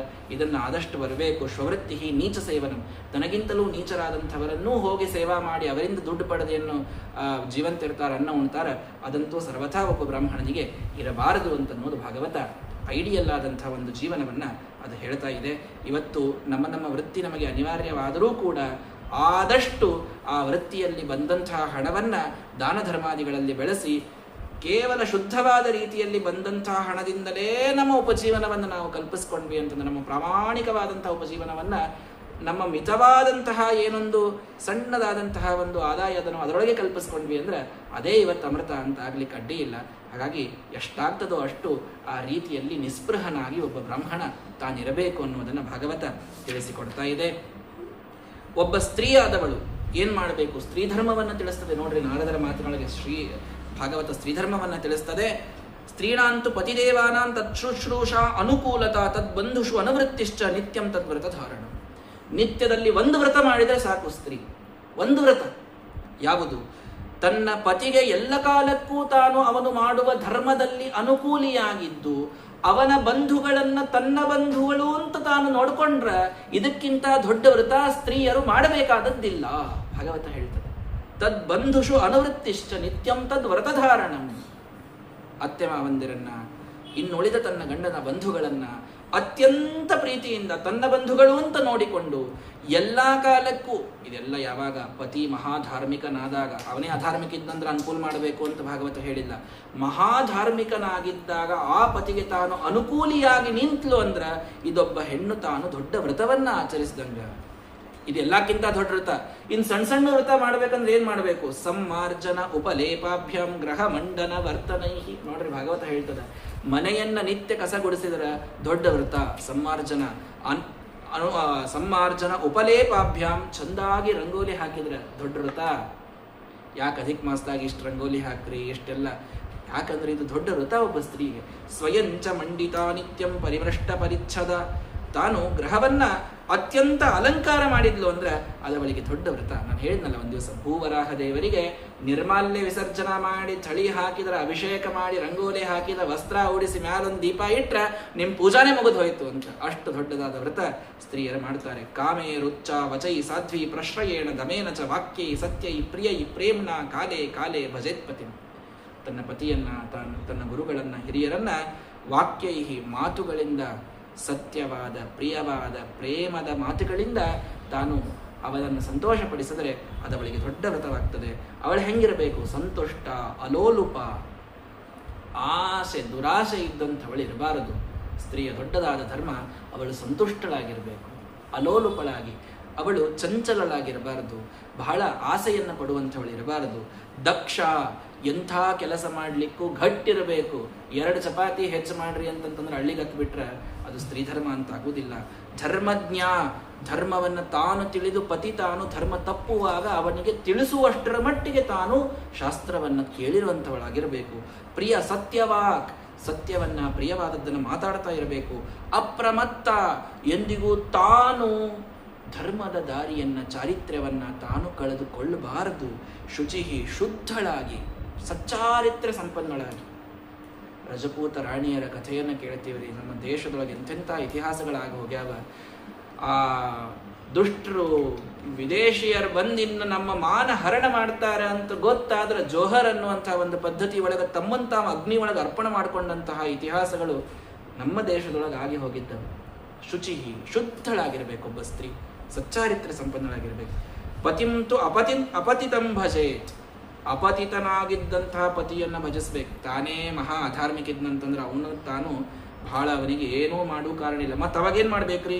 ಹರಿಭಾವೇನ, ಭಗವಂತನನ್ನು ಭಜಿಸ್ಬೇಕಷ್ಟೆ. ಭಗವಂತನನ್ನೇ ತನ್ನ ಪತಿ ಅಂತ ತಿಳಿದು ತಾನು ಭಜಿಸ್ಬೇಕು. ಹರ್ಯಾತ್ಮನ ಹರೇರ್ಲೋಕೆ ಪತ್ಯ ಶ್ರೀರಿವ ಮೋದತೆ. ಹೀಗೆ ಮಾಡುವಂಥವಳು ಸಾಕ್ಷಾತ್ ಲಕ್ಷ್ಮೀದೇವಿ ಹೇಗೆ ಭಗವಂತನೊಂದಿಗೆ ಆನಂದದಿಂದಿರ್ತಾಳೋ ಅಷ್ಟು ತಾನು ತನ್ನ ನಿತ್ಯಾಭಿಯುಕ್ತನಾದ ಪತಿಯಿಂದ ತಾನು ಆನಂದದಿಂದ ಮೋಕ್ಷದಲ್ಲಿ ತಾನು ಕಾಲ ಕಳೀತಾಳೆ ಎನ್ನುವಂತಹ ಒಂದು ಸ್ತ್ರೀಧರ್ಮವನ್ನು ಕೂಡ ನಮಗೆ ಈ ಭಾಗವತ ಅದ್ಭುತವಾಗಿ ನಾರದರ ಮಾತಿನಿಂದ ತಿಳಿಸಿಕೊಡುತ್ತದೆ. ಬ್ರಹ್ಮಚಾರಿಯ ವ್ರತ ಏನು? ಬ್ರಹ್ಮಚಾರಿ ಗುರುಕುಲೇ ವಸೇದ್ದಾಂತೋ ಗುರೋರ್ಹಿತಂ. ಬ್ರಹ್ಮಚಾರಿ ಮೊದಲನೇದಂದ್ರೆ ಮನಿ ಒಳಗಿರಬಾರದು, ಗುರುಕುಲದೊಳಗೇ ವಾಸ ಮಾಡಬೇಕು, ಇಂದ್ರಿಯ ನಿಗ್ರಹ ಹೊಂದಿದವನಿರಬೇಕು, ಗುರುಗಳ ಹಿತವನ್ನೇ ಯಾವಾಗಲೂ ಕೂಡ ಆಚರಿಸಬೇಕು. ಅವರಿಗೆ ಏನು ಹಿತನೋ ಅದನ್ನು ಮಾಡಬೇಕು, ಅವರೇನು ಹೇಳ್ತಾರೋ ಅದನ್ನು ಮಾಡಬೇಕು. ಆಚರೇ ದಾಸವನ್ನೀಚ, ದಾಸನಂತೆ ತಾನು ಗುರುಗಳ ಮಾತನ್ನು ಕೇಳಿಕೊಂಡು ತಾನಿರಬೇಕು. ಸಾಯಂ ಪ್ರಾತಶ್ಚರೇತ್ ಭೈಕ್ಷ್ಯಂ ಗುರವೇ ತನ್ನಿವೇದಯೇತ್. ಗುರುಗಳಿಗಾಗಿ ಭಿಕ್ಷೆ ಬೇಡಿಕೊಂಡು ಬಂದು ಅವರಿಗೇ ಅದನ್ನು ಕೊಡಬೇಕು. ಅದರಲ್ಲಿ ಅವರು ಏನು ಒಂದು ಸ್ವಲ್ಪ ಕೊಡ್ತಾರೋ ಅದರಿಂದ ತಾನು ಜೀವಂತ ಇರಬೇಕು. ಛಂದ್ಯಾಂಸಿ ಅಧೀಯೇತ ಗುರೋ ರಾಹೂತಶ್ಚ ಸುಯಂತ್ರಿತಃ. ಛಂದಾಗಿ ಗುರುಗಳ ಕಡೆಯಿಂದ ಛಂದಸ್ಸು ಅಂದರೆ ವೇದಗಳನ್ನ ತಾನು ಕಲಿಬೇಕು. ಸಾಯಂ ಪ್ರಾತರ್ ಉಪಾಸೀತ. ಸಾಯಂ ಪ್ರಾತಃ ಸಂಧ್ಯಾವಂದನವನ್ನು ಬಿಡಲಾರದೆ ಮಾಡಬೇಕು. ಯಾವ ಕಾಲಕ್ಕೂ ಸಂಧ್ಯಾವಂದನ ತಪ್ಪಬಾರದು. ಗುರುಗಳ ಒಂದು ಸೇವಾ ತಪ್ಪಬಾರದು. ಅಗ್ನಿಕ್ರಿಯಾ ತಪ್ಪಬಾರದು. ಉತ್ತಮರ ಸೇವೆ ಅಂತನ್ನುವುದನ್ನು ಮಾಡ್ತಾ ಯಥವಾ ಜಪನ್ ಬ್ರಹ್ಮ ಸಮಾಹಿತ. ಜಪ ತಪ್ಪಬಾರದು. ಮಾತುಗಳು ಯಾವಾಗಲೂ ಮಿತವಾಗಿ ತಾನು ಬ್ರಹ್ಮಚಾರಿಯಾದಂಥವ ಇಟ್ಟುಕೊಳ್ಳಬೇಕು. ಅವನು ಸುಶೀಲನಾಗಿ ಮಿತವಾದ ಆಹಾರದಿಂದ ದಕ್ಷನಾಗಿ ಕೆಲಸವನ್ನು ಮಾಡ್ತಾ ಇಂದ್ರಿಯಗಳನ್ನು ಗೆದ್ದು ತಾನು ಕೇಶಪ್ರಸಾಧನ ಉನ್ಮಾದ. ನೋಡ್ರಪ್ಪ, ಕೇಳ್ಕೊಂಬಿಡ್ರಿ. ಹೀಗೆ ಕೇಶಪ್ರಸಾಧನ ಓನ್ಮರ್ದನ್ ಸ್ನಪನಾಭ್ಯಂಜನಾದಿಕಂ ಗುರುಸ್ತ್ರೀಭಿರ್ ಯುವತಿಭಿ ಕಾರಯೇನ್ನಾತ್ಮನೋ ಯುವ. ತಾನು ತಾರುಣ್ಯದಲ್ಲಿ ಬಂದಾಗಲೂ ಕೂಡ ಒಬ್ಬ ಬ್ರಹ್ಮಚಾರಿಯಾದಂಥವ ಎಂದಿಗೂ ಕೂಡ ಹೇರ್ ಸ್ಟೈಲ್ ಮಾಡಿಕೊಳ್ಳಬಾರದು. ಕೇಶಪ್ರಸಾಧನ ಕನ್ನಡಿ ಮುಂದೆ ನಿಂತರು ಅಂದ್ರೆ ಅರ್ಧ ತಾಸು ಅದರ ಮುಂದಿನ ಸರಿಯಂಗೇ ಇಲ್ಲ. ಕೇಶಪ್ರಸಾದನ ಅನ್ನೋದು ಸತ್ಯಧರ್ಮತೀರ್ಥ ಸ್ಪಷ್ಟ ಬರೀತಾರೆ. ಮತ್ತು ದಾಂತ ಕಂಕತಿಕಯ ಶೋಧನಂ ಅಂತ ಹಲ್ಲಿದ್ದಂಥ ಹಣಗಿಯಿಂದ ಹಿಕ್ಕೋತ್ ನಿಂದಿರುವುದು ಅಂತ ಬರ್ದಾರ. ಮತ್ತು ಸ್ಪಷ್ಟದಲ್ಲಿ ಸತ್ಯಧರ್ಮತೀರ್ಥರು ಬರೆದು ಬಿಟ್ಟಾರೆ. ಹೀಗಾಗಿ ಅಂಥದ್ದನ್ನು ಬ್ರಹ್ಮಚಾರಿಯಾದಂಥವ ಎಂದೆಂದಿಗೂ ಮಾಡಬಾರ್ದು. ಯಾಕೆ ಹೇಳ್ತಾರೆ ಅನ್ನೋದನ್ನು ಅರ್ಥ ಮಾಡ್ಕೊಳ್ರಿ. ಯಾಕೆ ಹೇಳ್ತಾರೆ? ಉದ್ದೇಶ ಎಷ್ಟೇ. ಏನು ಅಂದ್ರೆ ಇದ್ದ ಎಲ್ಲ ಕಾಲವನ್ನು ಅಧ್ಯಯನಕ್ಕೆ ಹಾಕಬೇಕು ವಿದ್ಯಾರ್ಥಿ ಆದವ. ತನ್ನ ರೂಪ ಎಷ್ಟು ವಿಚಿತ್ರದ ಅಂತಂದ್ರೆ ಅದನ್ನು ಚಂದ ಇಟ್ಕೊಳ್ಳಿಕ್ಕೆ ಮನುಷ್ಯ ವಿಚಾರ ಮಾಡಿದ ಅಂದ್ರೆ ಅದು ಎಲ್ಲ ಸಮಯ ಅದರೊಳಗೆ ಹಾಕು ಹಂಗೆ ಮಾಡ್ತಾರೆ. ಇವತ್ತು 2 ನಿಮಿಷನಾಗ ಬರ್ತೀನಿ ಅಂತಂದವ್ರು 1 ತಾಸು ಮೇಕಪ್ ಮಾಡ್ಕೊಟ್ಟು ಕೂಡ ಅವ್ರನ್ನ ಎಷ್ಟು ಮಂದಿ ನೋಡಂಗಿಲ್ಲ ನಾವು. 1 ತಾಸು ಹೆಂಗೆ ಹೊತ್ತು ಗೊತ್ತಾಗೋದಿಲ್ಲ. ಇದು ಸಮಸ್ಯೆ, ರೂಪದ ಸಮಸ್ಯೆ ಹಿಂಗದ.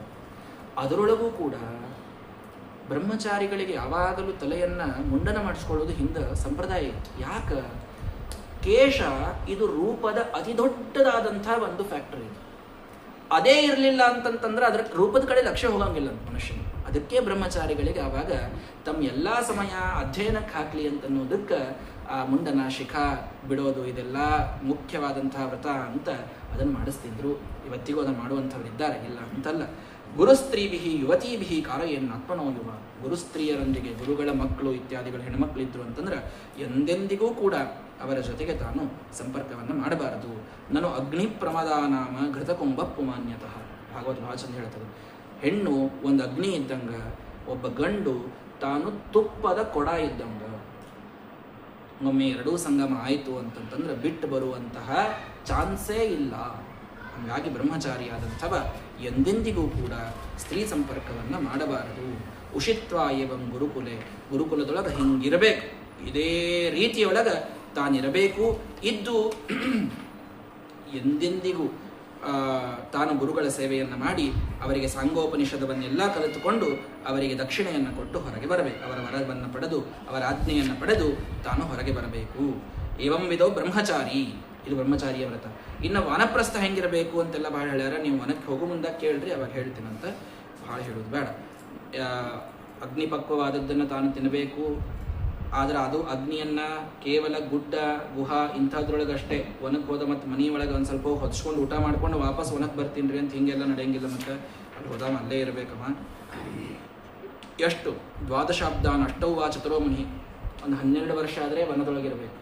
ಆಗಲಿಲ್ಲ, ಒಂದು 8 ವರ್ಷ, ಕೊನೆಗೆ ಒಂದು 4 ವರ್ಷದೇ ಇರಬೇಕಂತ. ಗೃಹಸ್ಥಾಶ್ರಮ ಹೋಗದ ಮೇಲೆ ವಾನಪ್ರಸ್ಥನಾಗಿ ಕನೀ ಪಕ್ಷ 4 ವರ್ಷ ಆದರೂ ತಾನು ವನದೊಳಗೆ ವಾಸ ಮಾಡಿಕೊಂಡು ತಾನು ಬರಬೇಕು. ಅನ್ವೀಕ್ಷಿಕ್ಯಾಂಚ ವಿದ್ಯಾಯಾಮ್ ಕುರ್ಯಾತ್ ಅನಶನಾದಿಕಂ. ತಾನು ಪೂರ್ಣ ಅವನ ದೇಹ ಎಲ್ಲ ಜರ್ಜರಿತಾಗಿ ಹೋಯಿತು, ಎಲ್ಲ ವ್ಯಾಧಿಗಳು ಬಂದು ಹಿಂಗೇನೋ ಆಯಿತು ಅಂತಂತಂದ್ರೆ ಭಗವಂತನಲ್ಲಿ ಮನಸ್ಸಿಟ್ಟು ಅಗ್ನಿಯಲ್ಲಿ ತನ್ನನ್ನು ತಾನು ಸಮಾರೋಪ ಮಾಡಿಕೊಂಡು ತಾನು ಪ್ರಾಣವನ್ನು ಅವಶ್ಯವಾಗಿ ತ್ಯಾಗ ಮಾಡಬಹುದು ಅಂತ ಶರಭಂಗ ಋಷಿಗಳ ರಾಮದೇವರ ಮುಂದೆ ಪ್ರಾಣತ್ಯಾಗದ ಕಥೆಯನ್ನು ಕೇಳುವಾಗ ರಾಮಾಯಣದವರೆಗೂ ಇದನ್ನು ನಾವು ಕೇಳ್ತೇವೆ. ಆ ರೀತಿಯಲ್ಲಿ ಮಾಡಬಹುದು ಅಂತ ಹೇಳ್ತಾರೆ. ಇನ್ನು ಕಲ್ಪಸ್ತ್ವೇವಂ ಪರಿವ್ರಜ್ಯ. ಸನ್ಯಾಸಿಯಾದವ ಹೆಂಗಿರಬೇಕು? ನಾರದರು ಹೇಳ್ತಾರೆ, ತಾವು ಮಹಾಸನ್ಯಾಸಿಗಳವರು ಹೇಳ್ತಾರೆ, ಗ್ರಾಮೈಕ ರಾತ್ರ ವಿಧಿನ. 1 ಗ್ರಾಮದೊಳಗೆ ಒಂದೇ ರಾತ್ರಿ ಇರಬೇಕು. ಚಾತುರ್ಮಾಸ ಇದ್ದಾಗ ಅಷ್ಟೇ ಬಹಳ ದಿವಸ ಇರಲಿಕ್ಕೆ ಸಾಧ್ಯ ಆದ. 1 ಗ್ರಾಮದೊಳಗೆ ಒಂದೇ ರಾತ್ರಿ ವಾಸ ಮಾಡಿ ಸನ್ಯಾಸಿಯಾದವ ನಿತ್ಯ ಸಂಚಾರಿಯಾಗಿ ಇರಬೇಕು. ಕೌಪೀನಾಚ್ಛಾದನಂ ಪರಂ. ಕೌಪೀನ ಒಂದನ್ನು ಬಿಟ್ಟರೆ ಇನ್ನೇನೂ ಆಚ್ಛಾದನವನ್ನು ತಾನು ಧರಿಸಬಾರದು. ಬಹಳಷ್ಟು ನಿಯಮಗಳನ್ನು ಅಲ್ಲಿ ಹೇಳ್ತಾರೆ. ಏಕ ಏವ ಚರೇದ್ ಭಿಕ್ಷು, ತಾನೊಬ್ಬನೇ ಸಂಚಾರ ಮಾಡ್ತಾ ಇರಬೇಕು. ಆತ್ಮಾರಾಮೋ ಅನಪಾಶ್ರಯ, ಯಾರೂ ಅವನಿಗೆ ಸಂಗಾತಿ ಇಲ್ಲ, ಸನ್ಯಾಸಿ ಅವನು, ಎಲ್ಲವನ್ನು ತ್ಯಾಗ ಮಾಡಿದಂತಹ ವಿರಕ್ತ. ಹಾಗೆ ತಾನು ಹೊಂಟ್ರ ಅವ ಅಲ್ಲಿದ್ದಂತಹ ಎಲ್ಲ ಭಕ್ತರಿಗೆ ಅನುಗ್ರಹ ಮಾಡ್ತಾ ಮಾಡ್ತಾ ಭಗವಂತನ ಉಪದೇಶವನ್ನು ಅವರಿಗೆ ಮಾಡ್ತಾ ತಾನು ಸಂಚಾರ ಮಾಡ್ತಾನೇ ಇರಬೇಕು. ಮೃತ್ಯು ಬರಲಿ, ಜೀವನ ಇರಲಿ, ಯಾವುದನ್ನೂ ಬಹಳಷ್ಟು ತಾನು ಮನಸ್ಸಿಗೆ ಹಚ್ಕೊಳ್ಳಾರದೆ ಹೋಗ್ತಾ ಇರಬೇಕು. ಅತಿವಾದಾಂತ್ಯಜೆ ತರ್ಕವನ್ನು ಎಂದೆಂದಿಗೂ ಓದಲೇಬಾರದು ಸನ್ಯಾಸಿಯಾದವ. ಬುದ್ಧಿಯನ್ನು ಅದು ಮತ್ತೆ ಬೇರೆ ವಿಚಾರಕ್ಕೆ ಹಾಕ್ತದೆ, ದೇವರಿಂದ ವಿಮುಖನನ್ನಾಗಿ ಮಾಡುತ್ತದೆ. ಅದನ್ನು ಆದಷ್ಟು ಬಿಡಬೇಕು. ಶಿಷ್ಯಾನ್ ಅನುಬದ್ನೀತ, ಬಹಳ ಶಿಷ್ಯರನ್ನು ಕರ್ಕೊಂಡು ಅವರಿಗೆ ಅನುಬಂಧನ ಮಾಡಿ, ನೀವು ನಮ್ಮ ಕಡೆಗೆ ಇರಪ್ಪ, ನಾವು ನಿಮಗೆ ಎಷ್ಟು ಪಗಾರ ಕೊಡ್ತೀವಿ, ಇಂಥದ್ದೆಲ್ಲ ಇರಬಾರ್ದು. ಇವೆಲ್ಲ ಯತಿಗಳೊಳಗೂ ಮತ್ತು ಬೇರೆ ಬೇರೆ ಅದನ್ನ ಮತ್ತು ಹಂಸರು, ಪರಮಹಂಸರು, ತ್ರಿದಂಡಿಗಳು, ಹೀಗೆಲ್ಲ ಬೇರೆ ಬೇರೆ ವಿಧಾದ ಅವರವರಿಗೆ ಬೇರೆ ಬೇರೆ ಆದಂತಹ ವ್ರತ ನಿಯಮಗಳನ್ನು ಭಾಗವತ ಹೇಳೆ.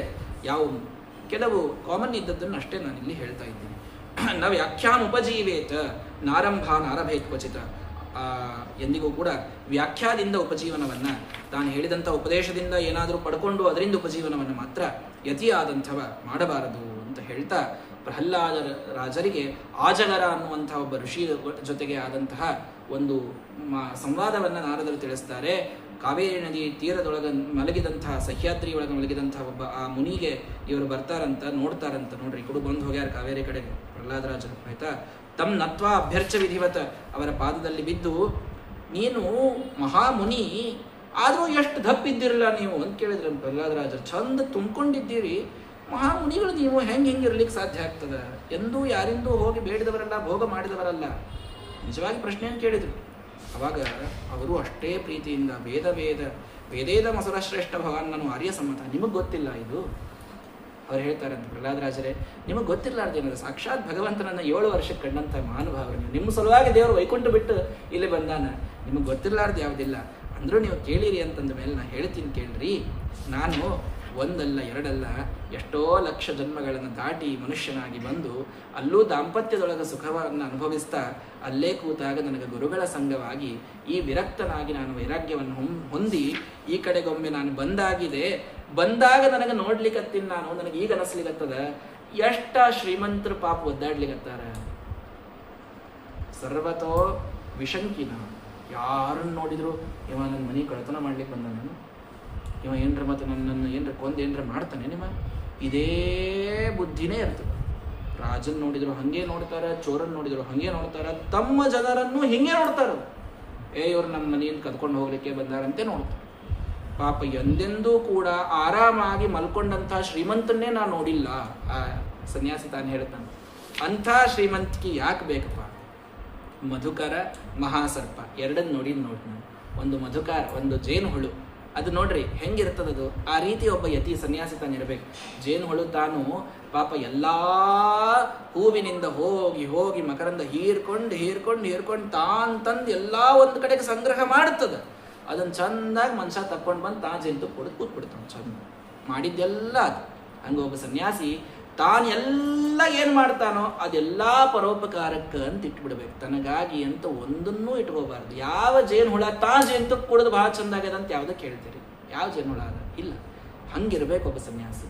ಒಂದು ಮಹಾಸರ್ಪ, ಆ ಸರ್ಪ ತಾನು ಕೂತಿರ್ತದೆ, ಎಲ್ಲೆಲ್ಲೆಲ್ಲೆಲ್ಲೆಲ್ಲೂ ಹೋಗೋದಿಲ್ಲ. ತನ್ನ ಬಾಯಿಗೆ ತಾನೇ ಯಾವಾಗ ಆಹಾರ ಬರ್ತದೋ ಅವಾಗ ಅಷ್ಟನ್ನು ತಿಂತದ. ಉಳಿದ ಟೈಮ್ನಾಗ ಅದು ಸರ್ಪ ಪಿಬಂತಿ ಪವನಂ, ತಾವು ಕೇವಲ ಆ ಒಂದು ಗಾಳಿ ಕುಡಿದು ಕೂಡ ಆ ಸರ್ಪ ತಾನು ಕೂಡ್ತದೆ. ಆ ರೀತಿಯಲ್ಲಿ ನನಗೆ ಸಿಕ್ಕಾಗ ಕೆಲವೊಮ್ಮೆ ತಿಂತೀನಿ, ಸಿಗಲಾರ್ದಾಗ ಉಪವಾಸ ಇರ್ತೀನಿ. ಆದ್ರೆ ದಪ್ಪ ಯಾಕಿದ್ದೀನಿ ಅಂದ್ರೆ ಏನು ತಿಂತೀನಿ, ಹಿತ ಹಚ್ಕೊಂಡು ತಿಂತೀನಿ, ಅದಕ್ಕೆ ದಪ್ಪಿದ್ದೀನಿ ನಾನು ಅಂತ ಆ ಸನ್ಯಾಸಿ ಹೇಳಿದ್ದಾನೆ. ಏನು ಮಲಗ್ತೀನಿ, ಹಿತದಿಂದ ಮಲಗ್ತೀನಿ, ಚಿಂತಿರ್ಲಾರ್ದೆ ಮಲಗ್ತೀನಿ, ಚಿಂತಿರ್ಲಾರ್ದೆ ಊಟ ಮಾಡ್ತೀನಿ, ಅದಕ್ಕೆ ದಪ್ಪಿದ್ದೀನಿ. ಬಿಟ್ರೆ ಭೋಗ ಮಾಡಿ ನಾನು ದಪ್ಪಿಲ್ಲಪ್ಪ. ಕ್ವಚಿಚ್ಛಯೇ ಧರೋಪಸ್ಥೆ ತೃಣಾಪರ್ಣಾಶ್ಮ ಭಸ್ಮಸು ಕ್ವಚಿತ್ ಪ್ರಸಾದ ಪರ್ಯಂಕೆ ಕಶಿಪವ್ವ ಪರೇಚ್ಛಯ. ಕೆಲವೊಮ್ಮೆ ಭಾರಿ ಗಾದಿ ಮೇಲೆ ಮಲ್ಕೋತೀನಿ, ಕೆಲವೊಮ್ಮೆ ಸುಮ್ಮ ಹುಲ್ಲಿನ ಮೇಲೆ ಮಲ್ಕೊಂಡು, ಭಸ್ಮದ ಮೇಲೂ ಮಲ್ಕೊಂಡು, ಕೇವಲ ನೆಲದ ಮೇಲೂ ಮಲ್ಕೊಂಡು ಎದ್ದು ಹೋಗ್ಬಿಡ್ತೀನಿ. ಕೆಲವೊಮ್ಮೆ ಯಾರೋ ಕೊಟ್ರೆ ಭಾರಿ ರೇಷ್ಮೆ ಬಟ್ಟೆ ಉಟ್ಕೊಂಡು ಇರ್ತೀನಿ, ಕೆಲವೊಮ್ಮೆ ಕೇವಲ ಕೌಪಿನ ಹಾಕೊಂಡಿರ್ತೀನಿ. ವಯಮಿಹ ಪರಿತೃಷ್ಟಾಹ ವಲ್ಕಲೈ ಸ್ತಂದುಕೂಲೈಹಿ ಸಮಯಿಹ ಪರಿತೋಷೋ ನಿರ್ವಿಶೇಷೋ ವಿಶೇಷ ಸತು ಭವತಿ ದರಿದ್ರೋ ಯಸ್ಯ ತೃಷ್ಣಾ ವಿಶಾಲ ಮನಸ್ಸಿ ಚ ಪರಿತುಷ್ಟೆ ಗೋರ್ಥವಾನ್ ಗೋದರಿದ್ರ ಅಂತ ಭರ್ತೃಹರಿ ತಾನು ಹೇಳುವಂತೆ ಕೆಲವೊಮ್ಮೆ ಕೊಡುವಂತಹ ಒಂದು ರೇಷ್ಮೆ ಬಟ್ಟೆಯಿಂದಲೂ ಸಂತುಷ್ಟ ಆಗ್ತಾರೆ. ಏನೂ ಇರಲಿಲ್ಲ ಅಂದ್ರೂ ವಲ್ಕಲ ಬಟ್ಟೆಯಿಂದೂ ಸಂತುಷ್ಟ ಇರ್ತಾರೆ. ಏನ್ ಸಿಕ್ಕರೂ ಆಯ್ತು, ಏನ್ ಬಂದ್ರೂ ಆಯ್ತು, ಎಲ್ಲಾ ಕಾಲಕ್ಕೂ ಸಂತೋಷ ಪಡುವಂಥವರು ಅವರು ನಿಜವಾಗಿ ಧಾರ್ಮಿಕರು, ಸನ್ಯಾಸಿಗಳು, ಮುನಿಗಳು. ಅಂಥ ಒಂದು ಚರ್ಯಾದೊಳ ನಾನಿದ್ದರಿಂದ ಎಷ್ಟು ತುಂಬಿಕೊಂಡಿದ್ದೀನಪ್ಪ. ಎಲ್ಲಕ್ಕಿಂತ ಮುಖ್ಯ ನಾಹಂ ನಿಂದೇಚ ನ ಸ್ತೌಮಿ ಸ್ವಭಾವ ವಿಷಮಂ ಜನಂ. ಎಂಥ ಜನರು, ಅವ್ರ ಸ್ವಭಾವ ಬಹಳ ವಿಚಿತ್ರ ಇರ್ತದ. ನಮ್ಮನ್ನು ನೋಡಿದ್ರೆ ಮಾರಿ ಆ ಕಡೆ ತಿರುಗಿಸ್ಕೊಂಡು ಹೋಗೋರು ಇರ್ತಾರ, ಬಂದ್ ಕಾಲಿ ಬೀಳೋರು ಇರ್ತಾರ. ಎಂಥ ಜನರನ್ನು ನೋಡಿದ್ರು ಕೂಡ ಅವ್ರ ಮೇಲೆ ನಾ ಎಂದೆಂದೂ ದ್ವೇಷ ಮಾಡುವುದಿಲ್ಲ. ಉತ ಐಕಾತ್ಮ್ಯಂ ಮಹಾತ್ಮನಿ, ಎಲ್ಲರಲ್ಲಿ ದೇವರನ್ನು ನೋಡಿ ಅವರಿಗೂ ಕೂಡ ಶ್ರೇಯಸ್ಸನ್ನೇ ಬಯಸಿ ನಾನು ಮುಂದೆ ಹೋಗ್ತೀನಿ. ಸನ್ಯಾಸಿಯ ದೊಡ್ಡದಾದ ಧರ್ಮ, ಯಾರನ್ನು ಕಂಡ್ರು ಅವರಿಗೆ ಅನುಗ್ರಹವನ್ನ ನಾನು ಮಾಡ್ತೀನಿ, ಅದನ್ನ ಮಾಡ್ಕೋತ ಹೊಂಟೀನಪ್ಪ. ಹಂಗಾಗಿ ನಾನು ಹಿಂಗಿದ್ದೀನಿ ಅಂತ ಅದ್ಭುತವಾಗಿ ಆ ಸನ್ಯಾಸಿಯ ಧರ್ಮದವನ್ನ ಆ ಅಜಗರ ಅನ್ನುವಂತಹ ಮುನಿಗಳು ಪ್ರಹ್ಲಾದರಾಜರಿಗೆ ತಿಳಿಸಿದ್ದನ್ನು ನಾರದರು ಯುಧಿಷ್ಠಿರನಿಗೆ ಹೇಳ್ತಾರೆ. ಅವಾಗ ಅವ ಅಂದ, ಬ್ರಹ್ಮಚಾರಿ ಹೇಳಿದ್ರಿ, ವಾನಪ್ರಸ್ಥ ಹೇಳಿದ್ರಿ, ಯತಿ ಹೇಳಿದ್ರಿ, ನಾ ಗೃಹಸ್ಥ ನಂದು ಹೇಳ್ರಿ ಅಂದವ. ಗೃಹಸ್ಥನ ಧರ್ಮಗಳನ್ನು ನಾನು ಹೇಳ್ರಿ ಅಂತ ಕೇಳಿದಾಗ ದೊಡ್ಡದಾದ ಪ್ರಶ್ನೆಯಪ್ಪ. ನೋಡು, ಗೃಹಸ್ಥರೇ ಹೆಚ್ಚು, ಬ್ರಹ್ಮಚಾರಿಗಳು ಸನ್ಯಾಸಿಗಳಿಗಿಂತಲೂ ಗೃಹಸ್ಥರೇ ಹೆಚ್ಚು. ಅವರು ಮಾಡುವುದೇ ದೊಡ್ಡದದ. ತತ್ವೇನ ತದಹಂ ವಕ್ಷೆ. ನೋಡು, ಮುಖ್ಯವಾಗಿ ಗೃಹದೊಳಗಿದ್ದಂತಹ ಒಬ್ಬ ಗೃಹಸ್ಥ, ಒಬ್ಬ ಯಜಮಾನ ವಾಸುದೇವಾರ್ಪಣಂ ಸಾಕ್ಷಾದುಪಾಸೀತ ಮಹಾಮುನಿ. ಎಷ್ಟಾಗ್ತದೋ ಅಷ್ಟು ತಾನು ಹೋಗಿ ಗುರುಗಳನ್ನ ಸೇವೆ ಮಾಡಬೇಕು. ಗೃಹಸ್ಥನ ಅತಿ ದೊಡ್ಡದಾದಂತಹ ಧರ್ಮ ಮೊದಲನೇದ್ದಿದು. ಮಹಾಮುನಿ ಉಪಾಸೀತ, ಮಹಾಮುನಿಗಳನ್ನು ಉಪಾಸನ ಮಾಡುವುದು. ಶೃಣ್ವನ್ ಭಗವತೋ ಭೀಕ್ಷ್ಣಂ ಅವತಾರ ಕಥಾಮೃತಂ. ಎಷ್ಟು ಸಲ ಆಗ್ತದೋ ಅಷ್ಟು ಭಗವಂತನ ಅವತಾರದ ಕಥೆಗಳನ್ನು, ಭಾಗವತಾದಿಗಳ ಶ್ರವಣವನ್ನು ನೀನು ಮಾಡಬೇಕು. ಅದರಲ್ಲಿ ಶ್ರದ್ಧೆಯನ್ನು ಇಟ್ಟುಕೊಂಡು ಮಾಡಬೇಕು. ತತ್ಸಂಗಾತ್ ಶನಕೈ ಸಂಗಂ ಆತ್ಮಜಾಯಾತ್ಮಜಾದಿಷು. ತಾನು ಯಜಮಾನನಾಗಿ ಗೃಹಸ್ಥಾಶ್ರಮವನ್ನು, ಸಂಸಾರವನ್ನು ನಡೆಸಬೇಕಾದಾಗಲೂ ಕೂಡ ಭಾಗವತಾದಿ ಕಥೆಗಳನ್ನು ಕೇಳ್ತಾ ಕೇಳ್ತಾ ಆದಷ್ಟು ತಾನು ಸಂಸಾರದಿಂದ ಶನೈರುಪರಮೇತ್, ಸಾವಕಾಶ ಒಂದೊಂದನ್ನು ಬಿಡ್ತಾ ಬಿಡ್ತಾ ಗೃಹಸ್ಥನಾದವ ಬರಬೇಕು. ವೈರಾಗ್ಯವನ್ನು ತಾಳ್ತಾ ಹೋಗಬೇಕು. ತಾನು ಎಷ್ಟು ತನ್ನ ಕರ್ತವ್ಯವೋ ಯಾವತ್ ಭ್ರಿಯೇತ ಝಠರಂ ತಾವತ್ ಸ್ವತ್ವಂ ಹಿ ದೇವಿನ. ಎಷ್ಟಂದು ಹೇಳ್ತಾರೆ ನೋಡಿ ನಾರದರು. ನಿನ್ನ ಹೊಟ್ಟೆ ತುಂಬಲಿಕ್ಕೆ ಎಷ್ಟು ಬೇಕೋ ನಿನಗ ಅಷ್ಟು ಭೋಗ ನಿನ್ನ ಕಡೆಗೆ ಇಟ್ಟುಕೊಂಡು ಉಳಿದನ್ನು ಬಿಟ್ಟೇ ಬಿಡಬೇಕು. ನೀನು ನಂದಲ್ಲಂತೆ ತಿಳ್ಕೊಬೇಕು.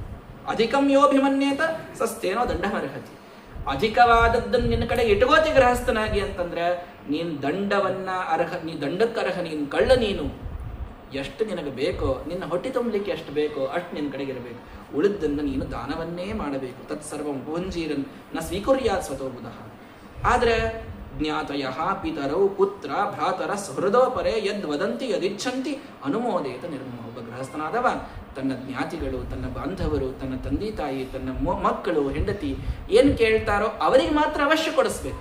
ಎಲ್ಲ ಅವರಿಗಾಗಿ ತಾನು ಮಾಡಬೇಕು. ತಾನು ಮಾತ್ರ ಕೇವಲ ಭಗವಂತನಲ್ಲಿ ಶ್ರದ್ಧಾ ಇದ್ದವನಾಗಿ ನಿಸ್ಪೃಹನಾಗಿ ತಾನು ಜೀವನವನ್ನು ನಡೆಸಬೇಕು. ಇದೊಬ್ಬ ಗೃಹಸ್ಥನ ಕರ್ತವ್ಯ ಅಂತ ನಾರದರು ಸ್ವಯಂ ಹೇಳ್ತಾ ಇದ್ದಾರೆ. ತಾನು ವೈರಾಗ್ಯ ಹೊಂದಿದವನಾಗಿರಬೇಕು. ಕರ್ತವ್ಯಕ್ಕೆ ಎಷ್ಟು ಬೇಕೋ ಅಷ್ಟು ಬೇಕು. ನಮ್ಮ ಆಚಾರ್ಯ ಯಾವಾಗಲೂ ಒಂದು ಎಕ್ಸಾಂಪಲ್ ಕೊಡ್ತಿರ್ತಾರೆ. ಬ್ಯಾಂಕಿನೊಳಗೊಬ್ಬ ಕ್ಯಾಶಿಯರ್ ಕೂತಾನೆ. ಅವನ ಕೈಯೊಳಗೆ ಇವತ್ತು ಕೋಟಿ ರೂಪಾಯಿ ಹಣ ಅದ. ಆ ಕೋಟಿ ರೂಪಾಯಿ ಹಣ ಅವಂದು ಹೌದೋ ಅಲ್ಲೋ ಹೇಳಿ. ಅವ್ನು ಹೌದು ಅಂತಂದ್ರಿ ಅಂದ್ರೆ ಅವ ಮನೆಗೆ ತೊಗೊಂಡು ಹೋಗ್ಲಿಕ್ಕೆ ಆಗ್ತಾನ ಕೋಟಿ ರೂಪಾಯಿಯನ್ನ? ಇಲ್ಲ, ಅಲ್ಲೇ ಲಾಕರ್ನಾಗ ಇಡಬೇಕಾಗ್ತದೆ. ಅವ್ನು ಅಲ್ಲ ಅಂತಂದ್ರಿ ಅಂದ್ರೆ ನಂದಲ್ಲಿ ಬಿಡು ಅಂತ ಅಲ್ಲಿ ಕಾಳಜಿ ಇಲ್ಲಾರ್ದೆ ನಡ್ಕೊಳಿಕ್ ಆಗ್ತಾನೋ? ಅದು ಆಗುದಿಲ್ಲ. ಕಾಳಜಿ ಇರಬೇಕು, ತಂದಲ್ಲ ಅಂತ ತಿಳ್ಕೊಬೇಕು. ಎಷ್ಟು ವಿಚಿತ್ರದ ನೋಡ್ರಿ ಒಬ್ಬ ಕ್ಯಾಶಿಯರ್ನ ಕರ್ತವ್ಯ. ಆ ಹಣ ತಂದಲ್ಲಂತೂ ತಿಳ್ಕೊಬೇಕು, ಆದ್ರೆ ಅದ್ರ ಮೇಲೆ ಕಾಳಜಿಯರೇ ಇರಬೇಕು. ಒಬ್ಬ ಯಜಮಾನನ ವೃತ್ತಿ ಹಿಂಗದ. ಆತನ ಹೆಂಡತಿ ಮಕ್ಕಳು ಇವೆಲ್ಲ ಕಾಳಜಿ ತೋರಿಸ್ಲಿಕ್ಕೆ ಏನ್ ಬೇಕೋ ಎಲ್ಲ ವಹಿಸ್ಕೋಬೇಕು. ಆದ್ರೆ ಯಾವುದು ತನ್ನದಲ್ಲ, ಯಾವುದು ತನಗ ಪರ್ಮನೆಂಟ್ ಅಂತಿಟ್ಟುಕೊಂಡು ಅದರೊಳಗೆ ತಾನು ಪೂರ್ಣ ರತನಾಗಿರಬಾರದು. ತಾನು ವಿರಕ್ತನಾಗಿ ಭಗವಂತನೊಳಗೆ ತನ್ನ ಮನಸ್ಸನ್ನು ಇಟ್ಟಿರಬೇಕು. ಇದು ಒಬ್ಬ ಶ್ರೇಷ್ಠನಾದಂತಹ ಗೃಹಸ್ಥ ಮಾಡಬೇಕಾದದ್ದು.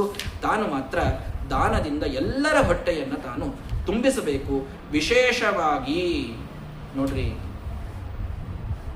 ವಿಶೇಷವಾಗಿ ದೇವ ಋಷಿ ಭೂತ ಪಿತೃಗಳಿಗೆ ತಾನು ಸಂತೋಷ ಪಡಿಸಬೇಕು. ದೇವತೆಗಳ ಸಂತೋಷ ಪೂಜೆಯಿಂದ, ಋಷಿಗಳಿಗೆ ಸಂತೋಷ ವೇದಾಧ್ಯಯನದಿಂದ, ಭೂತಗಳಿಗೆ ಅಂದ್ರೆ ಪ್ರಾಣಿ ಪಕ್ಷಿಗಳಿಗೆ ಸಂತೋಷ ನೀವು ಮಾಡುವ ವೈಶ್ವದೇವ, ನೀವು ಮಾಡುವ ಬಲಿಹರಣ ಇತ್ಯಾದಿಗಳಿಗೆ ಸಂತೋಷಪಡಿಸಬೇಕು. ಪಿತೃಗಳಿಗೆ ತರ್ಪಣ, ಶ್ರಾದ್ದ ಇವುಗಳಿಂದ ಒಬ್ಬ ಗೃಹಸ್ಥ ಸಂತೋಷ ಪಡಿಸಲೇಬೇಕು. ಬ್ರಾಹ್ಮಣ ದೇವೇಶು ಮರ್ತ್ಯಾದಿಷು ಯಥಾರ್ಹತಃ.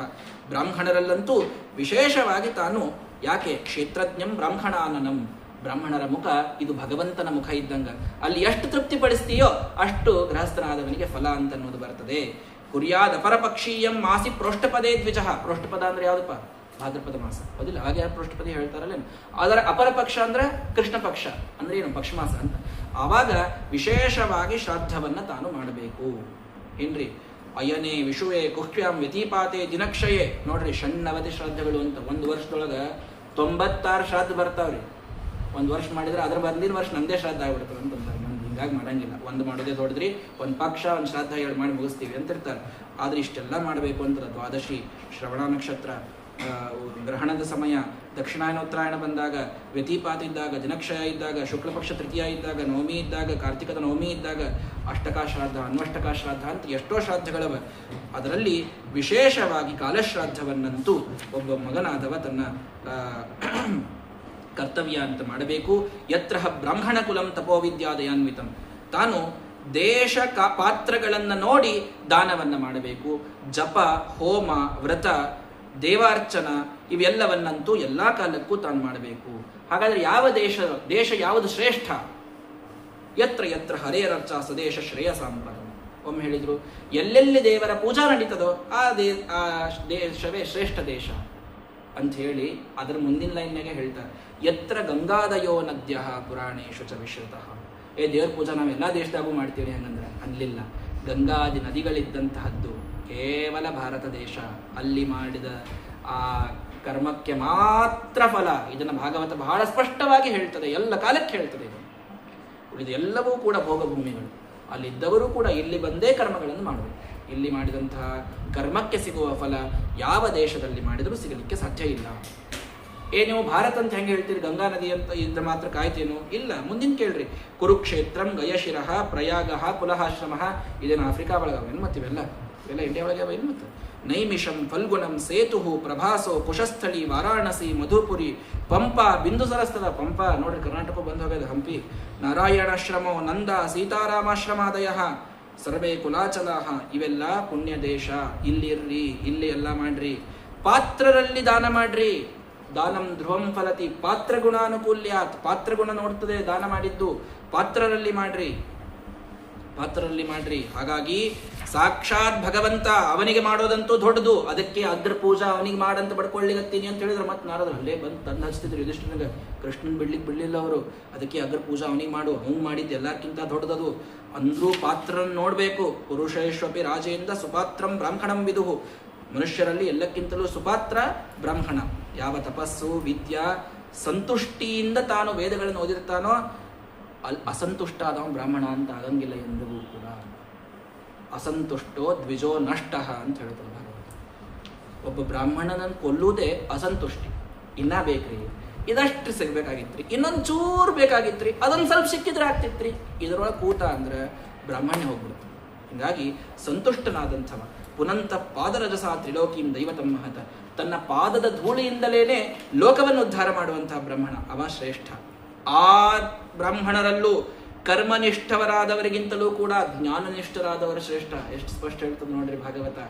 ಕೇವಲ ಕರ್ಮ, ಪೂಜಾ, ಜಪ, ತಪ, ಮಂತ್ರ, ಪಾರಾಯಣ ಇಷ್ಟೇ ಮಾಡೋರ್ಕಿಂತ ಜ್ಞಾನವನ್ನ, ಪಾಠ ಪ್ರವಚನವನ್ನು ಮಾಡುವಂತಹ ವಿದ್ವಾಂಸರು ಎಲ್ಲರಿಗಿಂತಲೂ ಶ್ರೇಷ್ಠ. ಅಂಥವರನ್ನು ಕರೆದು ಅವರಿಗೆ ದಾನಾದಿಗಳನ್ನು ಮಾಡ್ರಿ. ವಿಶೇಷವಾಗಿ ಶ್ರಾದ್ದ ಕಾಲಕ್ಕಂತೂ ವಿದ್ವಾಂಸರನ್ನೇ ಕರೆದು ದಾನ ಧರ್ಮಾದಿಗಳನ್ನು ವಿಶೇಷವಾಗಿ ಮಾಡ್ರಿ. ದ್ವೌ ದೈವೇ ಪಿತೃಕಾರ್ಯೇ ತ್ರೀನ್. ನೋಡ್ರಿ, ಇಬ್ಬರನ್ನ ದೇವಸ್ಥಾನಕ್ಕೆ, 3 ಜನರನ್ನ ಪಿತೃಸ್ಥಾನಕ್ಕೆ, ಒಟ್ಟು 5 ಬ್ರಾಹ್ಮಣರನ್ನು ಕರೆದು ಶ್ರಾದ್ದವನ್ನ ಮಾಡ್ರಿ. ಆಗದೇ ಇದ್ರೆ 2 ಸ್ಥಾನಕ್ಕೆ ಒಬ್ಬೊಬ್ಬರನ್ನ, ಕನಿಷ್ಠ 2 ಜನರನ್ನಾದರೂ ಕರೆದು ಶ್ರಾದ್ದವನ್ನ ಮಾಡ್ರಿ. ಆದ್ರೆ ಶ್ರಾದ್ಧೇ ಕುರ್ಯಾನ್ನ ವಿಸ್ತರಂ. ಇದಕ್ಕಿಂತ ವಿಸ್ತಾರ ಮಾತ್ರ ನಾ 20 ಮಂದಿನ ಶ್ರೀಮಂತಿದ್ದೀನ್ರಿ 20 ಮಂದಿನ ಕರಿತೀನಿ ಅನ್ಲಿಕ್ಕೆ ಬರಂಗಿಲ್ಲ. ಕನಿಷ್ಠ 2, ಗರಿಷ್ಠ 5 ಇಷ್ಟೇ ಜನ ಬ್ರಾಹ್ಮಣರನ್ನೇ ಕರೆದು ಶ್ರಾದ್ದವನ್ನು ಮಾಡಬೇಕು. ಅಲ್ಲಿ ವಿಸ್ತಾರವನ್ನು ಸರ್ವಥಾ ಮಾಡಬಾರದು ಅಂತೆ ಸ್ಪಷ್ಟವಾಗಿ ಭಾಗವತ ಹೇಳ್ತದೆ. ದೇವರ್ಷಿ ಪಿತೃಭೂತೇಭ್ಯ ಆತ್ಮನೇ ಸ್ವಜನಾಯ ಚ ಅನ್ನಂ ಸಂವಿಭಜನ್ ಪಶ್ಯೇತ್ ಸರ್ವತ ಪುರುಷಾತ್ಮಕಂ.